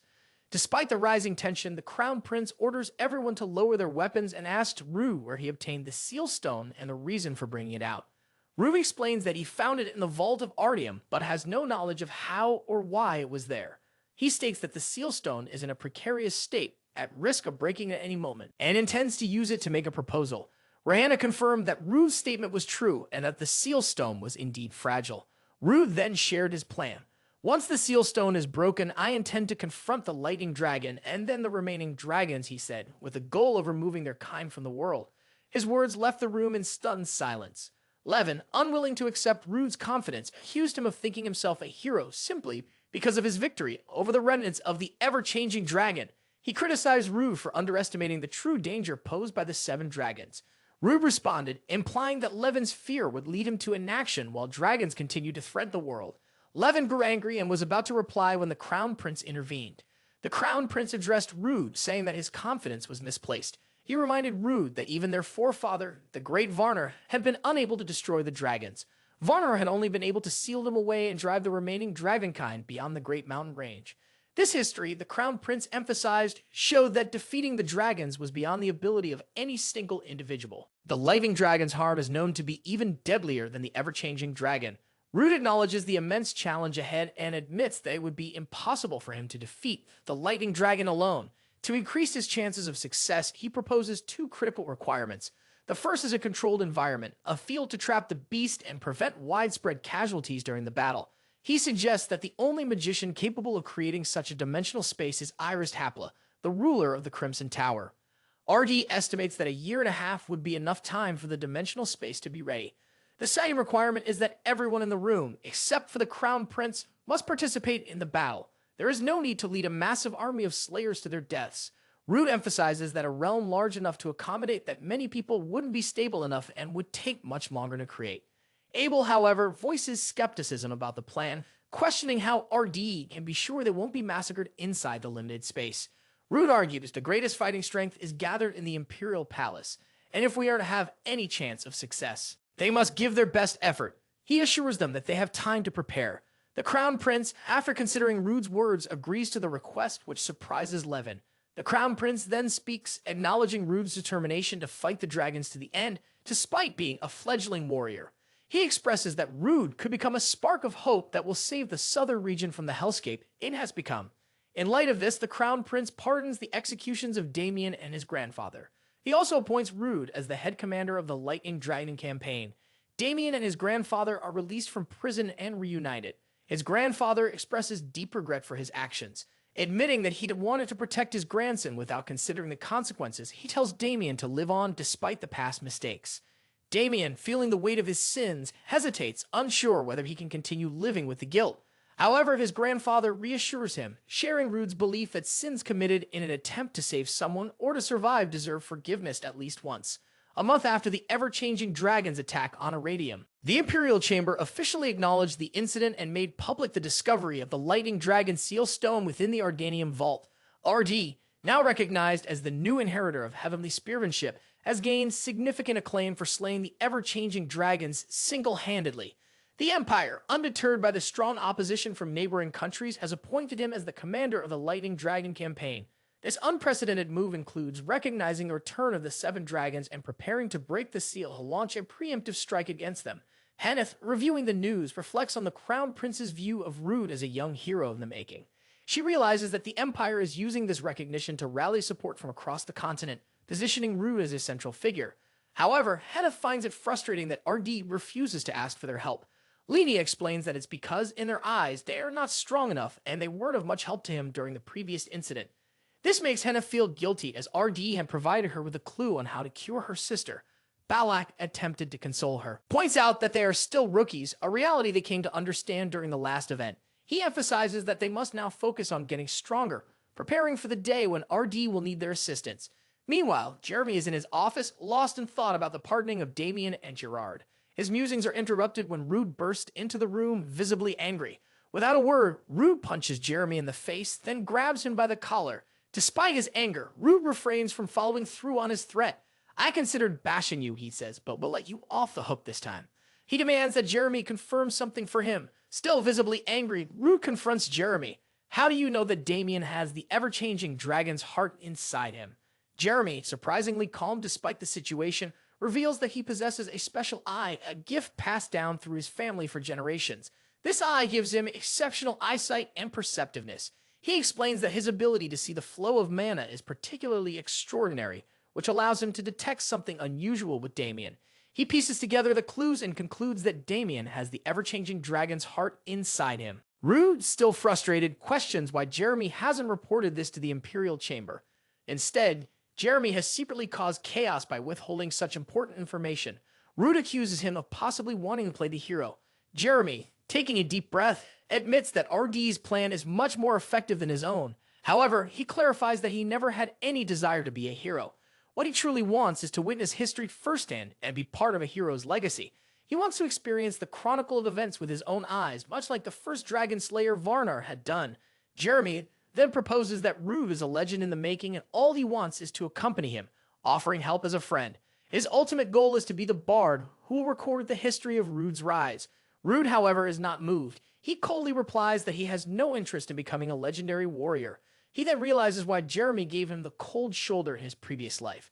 It is because in that life, Rude had always been at the warrior's side, the very position Jeremy desired for himself. Rude's thoughts then drift to his past life. His older brother, Brother Aesir, has everything that could make him a great warrior. Aesir is strong, skilled, and brave. However, he isn't perfect. He makes mistakes as all humans do. Yet, despite these flaws, Aesir always gives his best effort, even if it means damaging his body in the process. Despite his hard work, Aesir faces criticism and hatred from those around him. Rude is determined not to follow the same path this time. He refuses to be burdened by the weight of others' expectations and criticisms. With that thought, he turns to leave, wanting to put the conversation behind him. But before he can walk away, Jeremy unexpectedly clings to his leg. This action startles Rude, and Jeremy, in a pleading tone, insists that Rude must become the warrior. Jeremy then reveals something that makes Rude pause. Jeremy comes from Atun, the kingdom known as the center of trade on the continent. Atun shares borders with several powerful regions: the Althea Empire, the Maharan Kingdom, the Kingdom of Sorcery, Parma, and the Kingdom of Spirits, Urnaka. It is a place where people from all over gather to trade, and it serves as a hub of commerce and culture. And that was also the place RD spent his days back when he was a mercenary. Jeremy continued explaining that his family, the DeVille family, were once aristocrats before their fall. He and his father were the last remaining members, but his father was murdered. After his father's death, Jeremy started organizing their belongings in the basement. While doing so, he discovered an old chest sealed with preservation magic. His father, a heavy drinker, likely dismissed the chest as worthless, but Jeremy recognized that it was centuries old, at least several hundred years. Inside the chest, Jeremy found a collection of extremely old items: books, paintings, music sheets, manuscripts, and a diary. The diary, he learned, had been left behind by the chest's owner, Alan DeVille. This name rang a bell for Rude, as Pelua had previously told him that Alan DeVille was the bard who traveled with Varnar, the first warrior. As Jeremy flipped through the pages of the diary, he realized that it contained the chronicles of Varnar's life and exploits, documenting the history of the first warrior, who became a legend. The diary kept a flawless record of everything Varnar and his companions did. Despite the subjective nature of the text, it serves as a remarkable account of historical events. Jeremy suggests that since Rude has appeared, and since he himself is a descendant of the bard who traveled with Varnar, it must be fate that their paths have crossed. Jeremy confidently declares, "I'm doing everything I can to be a part of the Warriors group. My intellect will be useful to you, Rude, in our journey." However, Rude begins to realize something. Jeremy didn't seem to know about the seal stone of the lightning dragon in the Irradium Vault. If Jeremy had known about it, he would have brought it up earlier. This leaves Rude wondering if someone else had placed it there or if it had been there since Ardanium's founding. Rude then asks, does the diary contain any details about the 7 dragons, their sealing magic, or where and how they were sealed? Jeremy responds, while the diary does mention the special characteristics of the dragons, it offers no details on battles or their sealing. The diary is currently in Jeremy's residence, stored in the basement, and he offers Rude the keys to his house. But under one condition. Jeremy wants to be included in Rude's journey to become a warrior. Rude, however, makes it clear that he has no interest in becoming a warrior. He points out that, regardless of the Imperial Chamber's recognition, the official designation of a warrior is managed by the Church. Without the necessary token, one cannot be considered a true warrior. He further explains that the only reason he is allowing Jeremy to live is because of his exceptional eyes, which will be useful in the hunt for dragons. As long as Jeremy doesn't cause any more trouble, Rude agrees to let him accompany the mission. Jeremy, without hesitation, agrees and hands over the key to Rude. Later, Rude is seen discussing the issue of the Lightning Dragon's seal stone with his Grandmaster, Bryce. He points out that the discovery of the seal stone in the Vault of Irradium must be the work of the person who originally sealed the Lightning Dragon. Bryce, however, remarks that it seems like Rude is doubting the actions of their forefathers, despite being the inheritor of the heavenly spiritship himself. In response, Rude suggests that even Bryce must have questions about why Varner, the first warrior, chose to seal the 7 dragons instead of exterminating them outright. Rude adds that Varner had the strength to kill them, but instead pushed them beyond the Great Mountain Range without leaving any information about their locations or the sealing methods for future generations. Rude then shifts the conversation, asking Bryce if he attended Professor Arthur's inauguration now that Arthur has become the new school director. Responds that he heard from Arthur that RD had applied for a leave of absence. Rude explains that he plans to finish his first year at the academy with around 6 months left to complete his courses. He intends to use this time to prepare for the upcoming Lightning Dragon campaign. Afterward, RD plans to take a year-long leave to prepare further, and during that time, he will complete his second-year courses. He then shares his plan for his internship, stating that he will spend 2 years at 2 different guilds. First, he will go to Twilight Moon, mainly because of Abel's persistence and the exchange he made in return for his participation in the Lightning Dragon campaign. Afterward, he plans to intern at the Dragon Slayer Association, starting at first because the Dragon of Delusion is expected to come after the Lightning Dragon. Rude intends to time his internship so that he arrives before the dragon appears. Ready for what lies ahead, Ibra then informs RD that he will be heading to Parma in 6 months, emphasizing that the creation of the field for the Lightning Dragon campaign should be prioritized. Rude responds, explaining that he has already submitted a request to the Crimson Tower, so he will need to visit them in person. He also mentions that he will take the opportunity to learn some magic while he's there. However, before heading to Parma, Rude plans to stop by Attune, stating that there is something he needs to check. When Imgra asks why, Rude simply says that it's something important.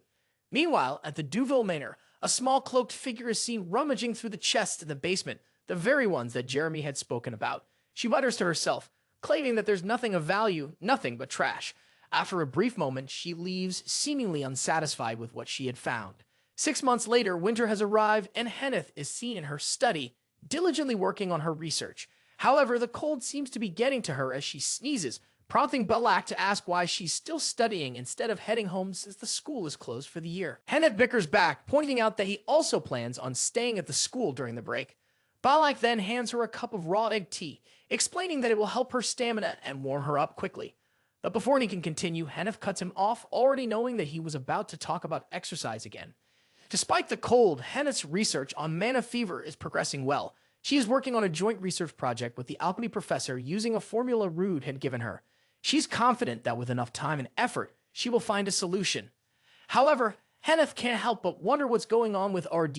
He seems to know what's going to happen in the future, almost as if he's anticipating things.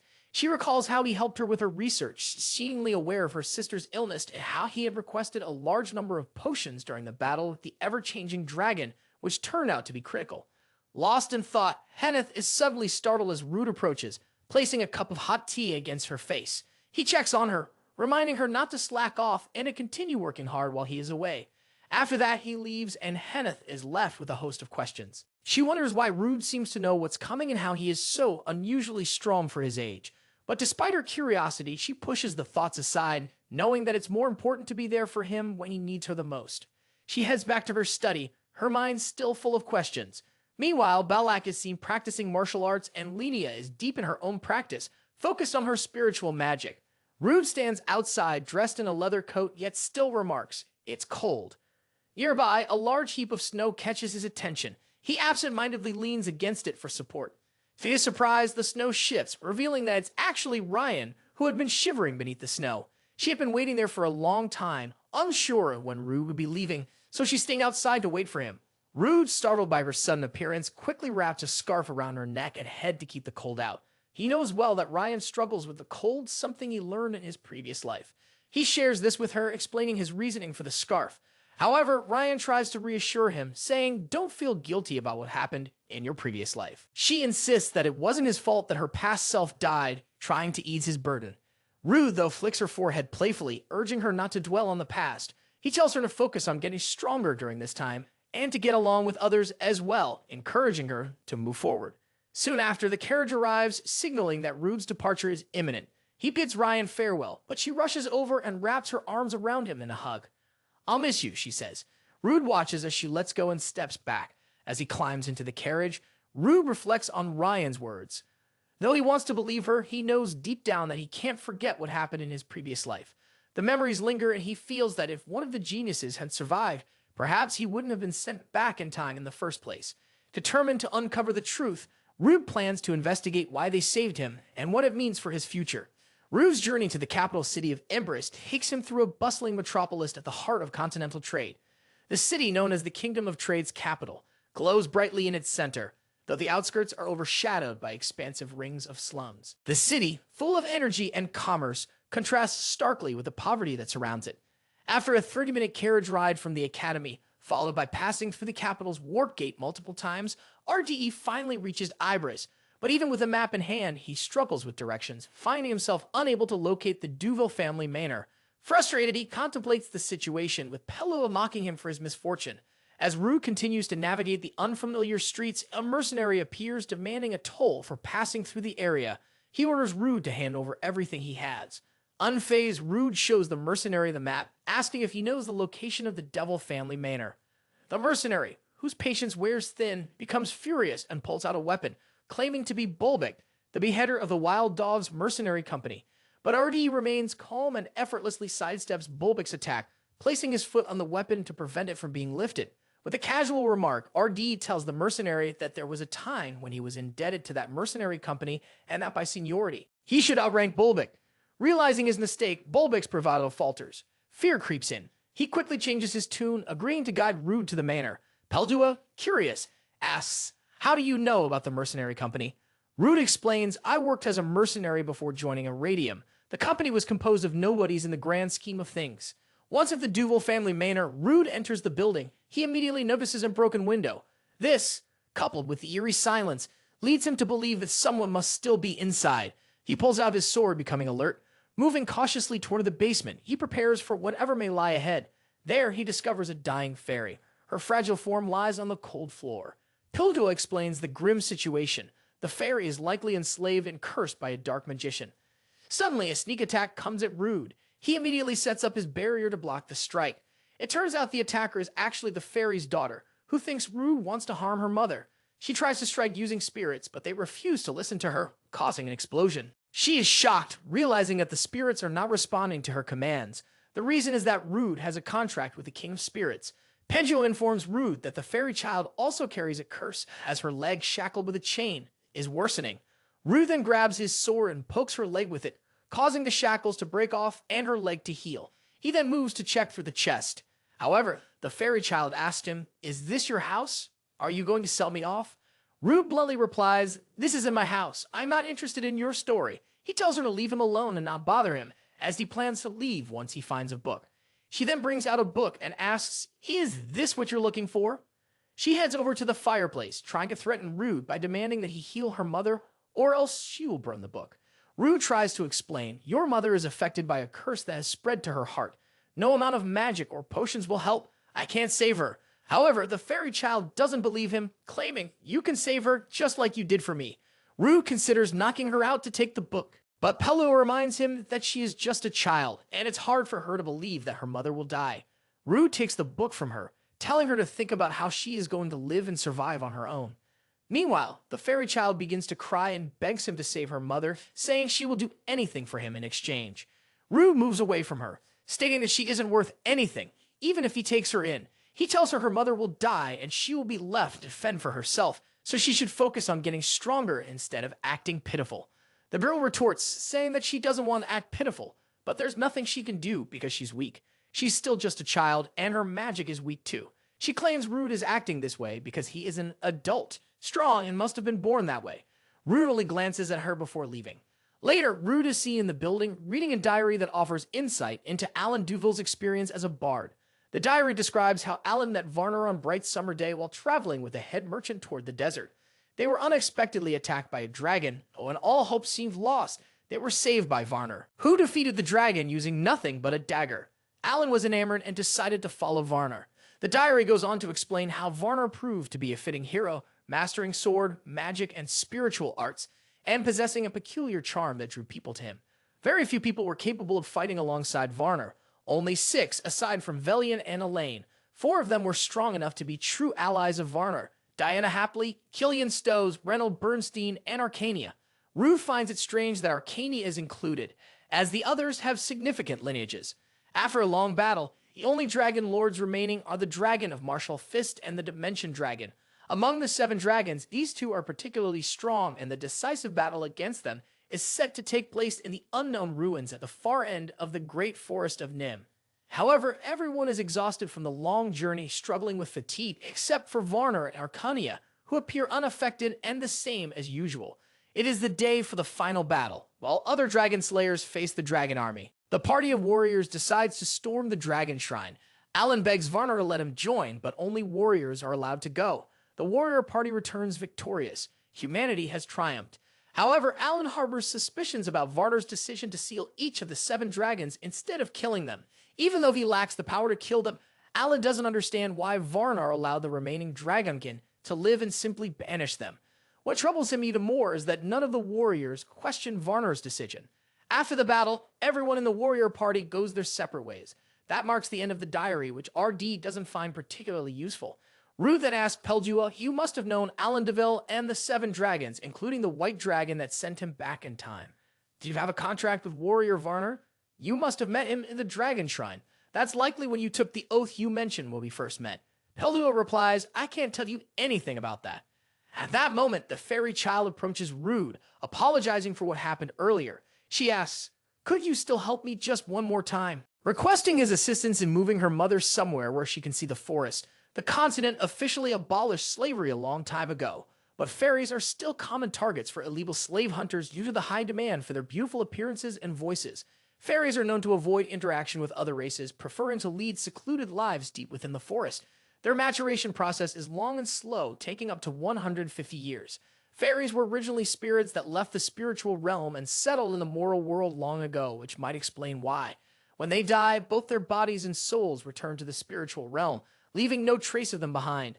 This is what is happening to the fairy mother, who disappears after gazing at the forest. Rude reflects on his previous timeline, recalling how the fairies chose to hide and stay silent instead of fighting the dragons. They insisted on maintaining a peaceful stance, even though it led to their eventual demise. Despite these thoughts, he can't help but console Renée, telling her that she needs to survive on her own. She can't keep crying, waiting for someone to help. After his words, Rude leaves. However, Renée follows him, introducing herself as Renée of the Nastia tribe. She confesses that she has nowhere to go and needs to avoid being found by slave hunters. She asks, "Can I stay with you for a while? I promise not to bother you and will help with anything I can." Rude realizes that she could be in danger from hunters looking for escaped slaves. He remembers how she used magic to attack him earlier. He then asks, "Can you teach me some magic?" Renée replies, "I can teach you, but I'm only at the 2nd circle. You look strong enough already, though. You probably don't need it." Rude explains, "The more skills I have, the better. It would take me too long to learn everything from scratch. Just teach me the basics and I'll find you a safe place to stay." He adds, "And please stop calling me Mr. I'm 17 years old. My name is Rude Denatos." Despite his request, Renée continues to call him Mr. Rude. Later, they are seen in the forest, where Renée continues explaining the basics of magic to Rude. She compares it to painting, but instead of using paint, he uses mana to create a spell by determining its nature and properties. She then asks him how many mana rings he has. Rude reveals that his mana resides in the heavenly domain. Rennie is surprised, realizing that he is the inheritor of the heavenly spearmanship. Rennie continues, explaining that with the amount of mana he has, he should have no trouble controlling or restraining it. She walks him through the process of manifesting magic. Although Rue follows her instructions, he feels frustrated when the magic takes too long to materialize. Rennie reassures him, telling him that even experienced mages struggle to make magic manifest faster than 2 seconds. Growing discouraged, Rude wonders if he should just give up. He thinks it might be better to rely on his sword chai for battle, rather than struggle with slow-to-manifest magic. But Rennie encourages him, saying that he does have talent. She tells him she will go back to check some books to help him improve and scurries off to find a solution. Pelua then offers to help Rude with his magic training using the visual images that Rude has in his mind. Pelua helps him materialize the magic without the need for any incantations. With Pelua's assistance, Rude begins casting magic more efficiently, and even starts stacking spells together. When Rennie returns, she is shocked to see Rude casting magic and stacking multiple spells at once. However, her concern quickly escalates as she becomes agitated. She warns him, if you lose control, even for a split second, things could go terribly wrong. As if on cue, Rude loses focus for just a moment, causing the magic to explode in a burst of energy. 2 weeks ago, at the Ibis Manor, the home of the wealthy magnate Gillian, Bulbic reports to his mercenary captain, cadet.This, about Rude and the fact that Rennie is with him. Gillian, hearing this, requests Valkan to bring back Rennie's mother, whom he claims is his love. Valkan agrees, eager not only to carry out Gillian's request, but also to exact revenge on Rude. However, Hyman, a dark magician working for Gillian, warns Valkan to be cautious. He reminds Valkan that Rude is known and recognized by the imperial family and the press. Valkan dismisses Hyman's concerns, stomping on a newspaper as he declares Rude is no hero, but a murderer. Without further hesitation, Valkan storms off to find Rude. With Hyman deciding to take measures to prepare for Valkan's approach, he knew that Valkan wasn't heeding his warning. At the same time, in Duville Manor, Rude was practicing magic. Though he had caused multiple explosions within the building, his skills were improving. Worried about the destruction, Rennie advised him, focus on practicing water spells instead of dangerous explosive magic. As she walked toward him, another explosion occurred, causing chaos. Rude yelled, "Get down!" The entire building was left in ruins. Shortly after, Valkan and his team arrived at the manor. They found Rennie unscathed but shaken, having been protected by Rune's sword during the explosion. Furious, Valkan roughly handled Rennie. He slapped her and demanded, "Where is your mother?" Rennie calmly replied, "My mother has returned to the forest." Valkan then asked about Rude, but Rennie remained silent. In that moment, Rude suddenly appeared behind Valkan, launching an attack that created another explosion. The two combatants quickly separated, but Rude was affected by a curse placed by Hyman during the previous explosion. However, thanks to an artifact he wore, he was able to endure. Rude is shielded from the curse's full effect, and he attacks again, this time with a sword that causes explosions on contact with blood. As the other fighters dash toward RDE, he retaliates swiftly, attacking with his sword. The result is a massive explosion that sends shockwaves through the area. The explosion leaves a deep impact, causing the attackers to stagger. Some are momentarily disoriented. RD, having stacked his magic together, then unleashes a devastating attack, sending a wave of destructive force toward Valkan and his team. Valkan, still shaken from the surprise attack, struggles to comprehend how Rude is able to combine both swordsmanship and magic so effectively. His mind races, trying to understand the full extent of RD's power and how he has mastered it so quickly. Before Valkan can process the situation further, RD appears behind him with terrifying speed. He places the edge of his sword at Valkan's neck. His voice is cold and calm as Rude speaks, "It's been a while." Rennie is shocked. Rude has actually defeated all the members of the entire mercenary company, with the captain having a sword at his neck. She wonders who Rude is and how he is so powerful. The sword that Rude is using is the Crimson Blade, which bursts each time it touches another sword. Rude then asks, "Why are you angry at me, when I'm the one who got stabbed in the back 5 years ago?" However, Valkan retorts, "I treated you like my own son, but you killed half of the members back then, and yet you came to Ibris again." Rude is confused by what Valkan is saying. Valkan explains, "You killed our fellow mercenaries just because they were having fun with a nameless fugitive. You've also got a scar on your face." Rude is shocked. He realizes something is wrong. In his previous life, he wasn't the one who killed half of the mercenaries despite being treated like a son. He was the nameless fugitive back then. After losing their family, he and his brother wandered aimlessly before joining the Wild Dogs mercenary company in Ibis. Aesir was strong enough to have a decent position, and all Rude could do was cling to him for safety. When Aesir returned and saw that, he massacred half of the Wild Dogs mercenary company and scarred Valkon's face. Aesir had to do this and left as his arrest was ordered. Before he left, he entrusted Rude to someone, and Rude ended up alone. Years passed before he learned about his brother's whereabouts. However, RD realizes that in this world, where Aesir doesn't exist, he has taken his brother's place and done the deeds. Rude then deals with Valkon, at which point Renée runs over, urging him to run. She explains that Valkon is one of the men working for Jillian, who torments her and her mother. The whole estate is full of other mercenaries, and there is even a dark magician. Rude asks her to show him the way to the estate. Renée yells at him, telling him he is supposed to run away. However, RD replies that he will teach her two things. They must always repay when received. The first is kindness, and the other is striking first when attacked. Meanwhile, at Jillian's estate, Jillian and Hyman watch the whole scenario unfold. Seeing how Valkon was dealt with by Rude and feeling powerless to intervene, Jillian becomes scared and asks Hyman to make himself useful and deal with Rude. Hyman has no choice but to agree, as he still needs funds from Jillian for his research. He assures Jillian that they have something up their sleeves, which makes Jillian feel relieved as he recalls what he terms the masterpiece of Hyman's research. Rude arrives at Jillian's estate with Reen's help and deals with the mercenaries there. As the remaining mercenaries try to flee, they are attacked by demons, which Rude recognizes as chimias, creatures created by magically combining all sorts of animals. He notices that the chimias are even attacking their own allies. Reen finds somewhere to hide. Rude quickly tells her. He draws his sword when he spots an artificial dragonkin. Without hesitation, he charges at it with his crimson blade. However, Renée runs over, calling out he knows the artificial dragonkin. It is Master Hera, the guardian of our tribe. Hera attacks, but Rude dodges with Renée, realizing that Hera is quite skilled but has lost his sense of self. Rude decides to use some techniques he developed on the battlefield in his previous life to deal with Hera.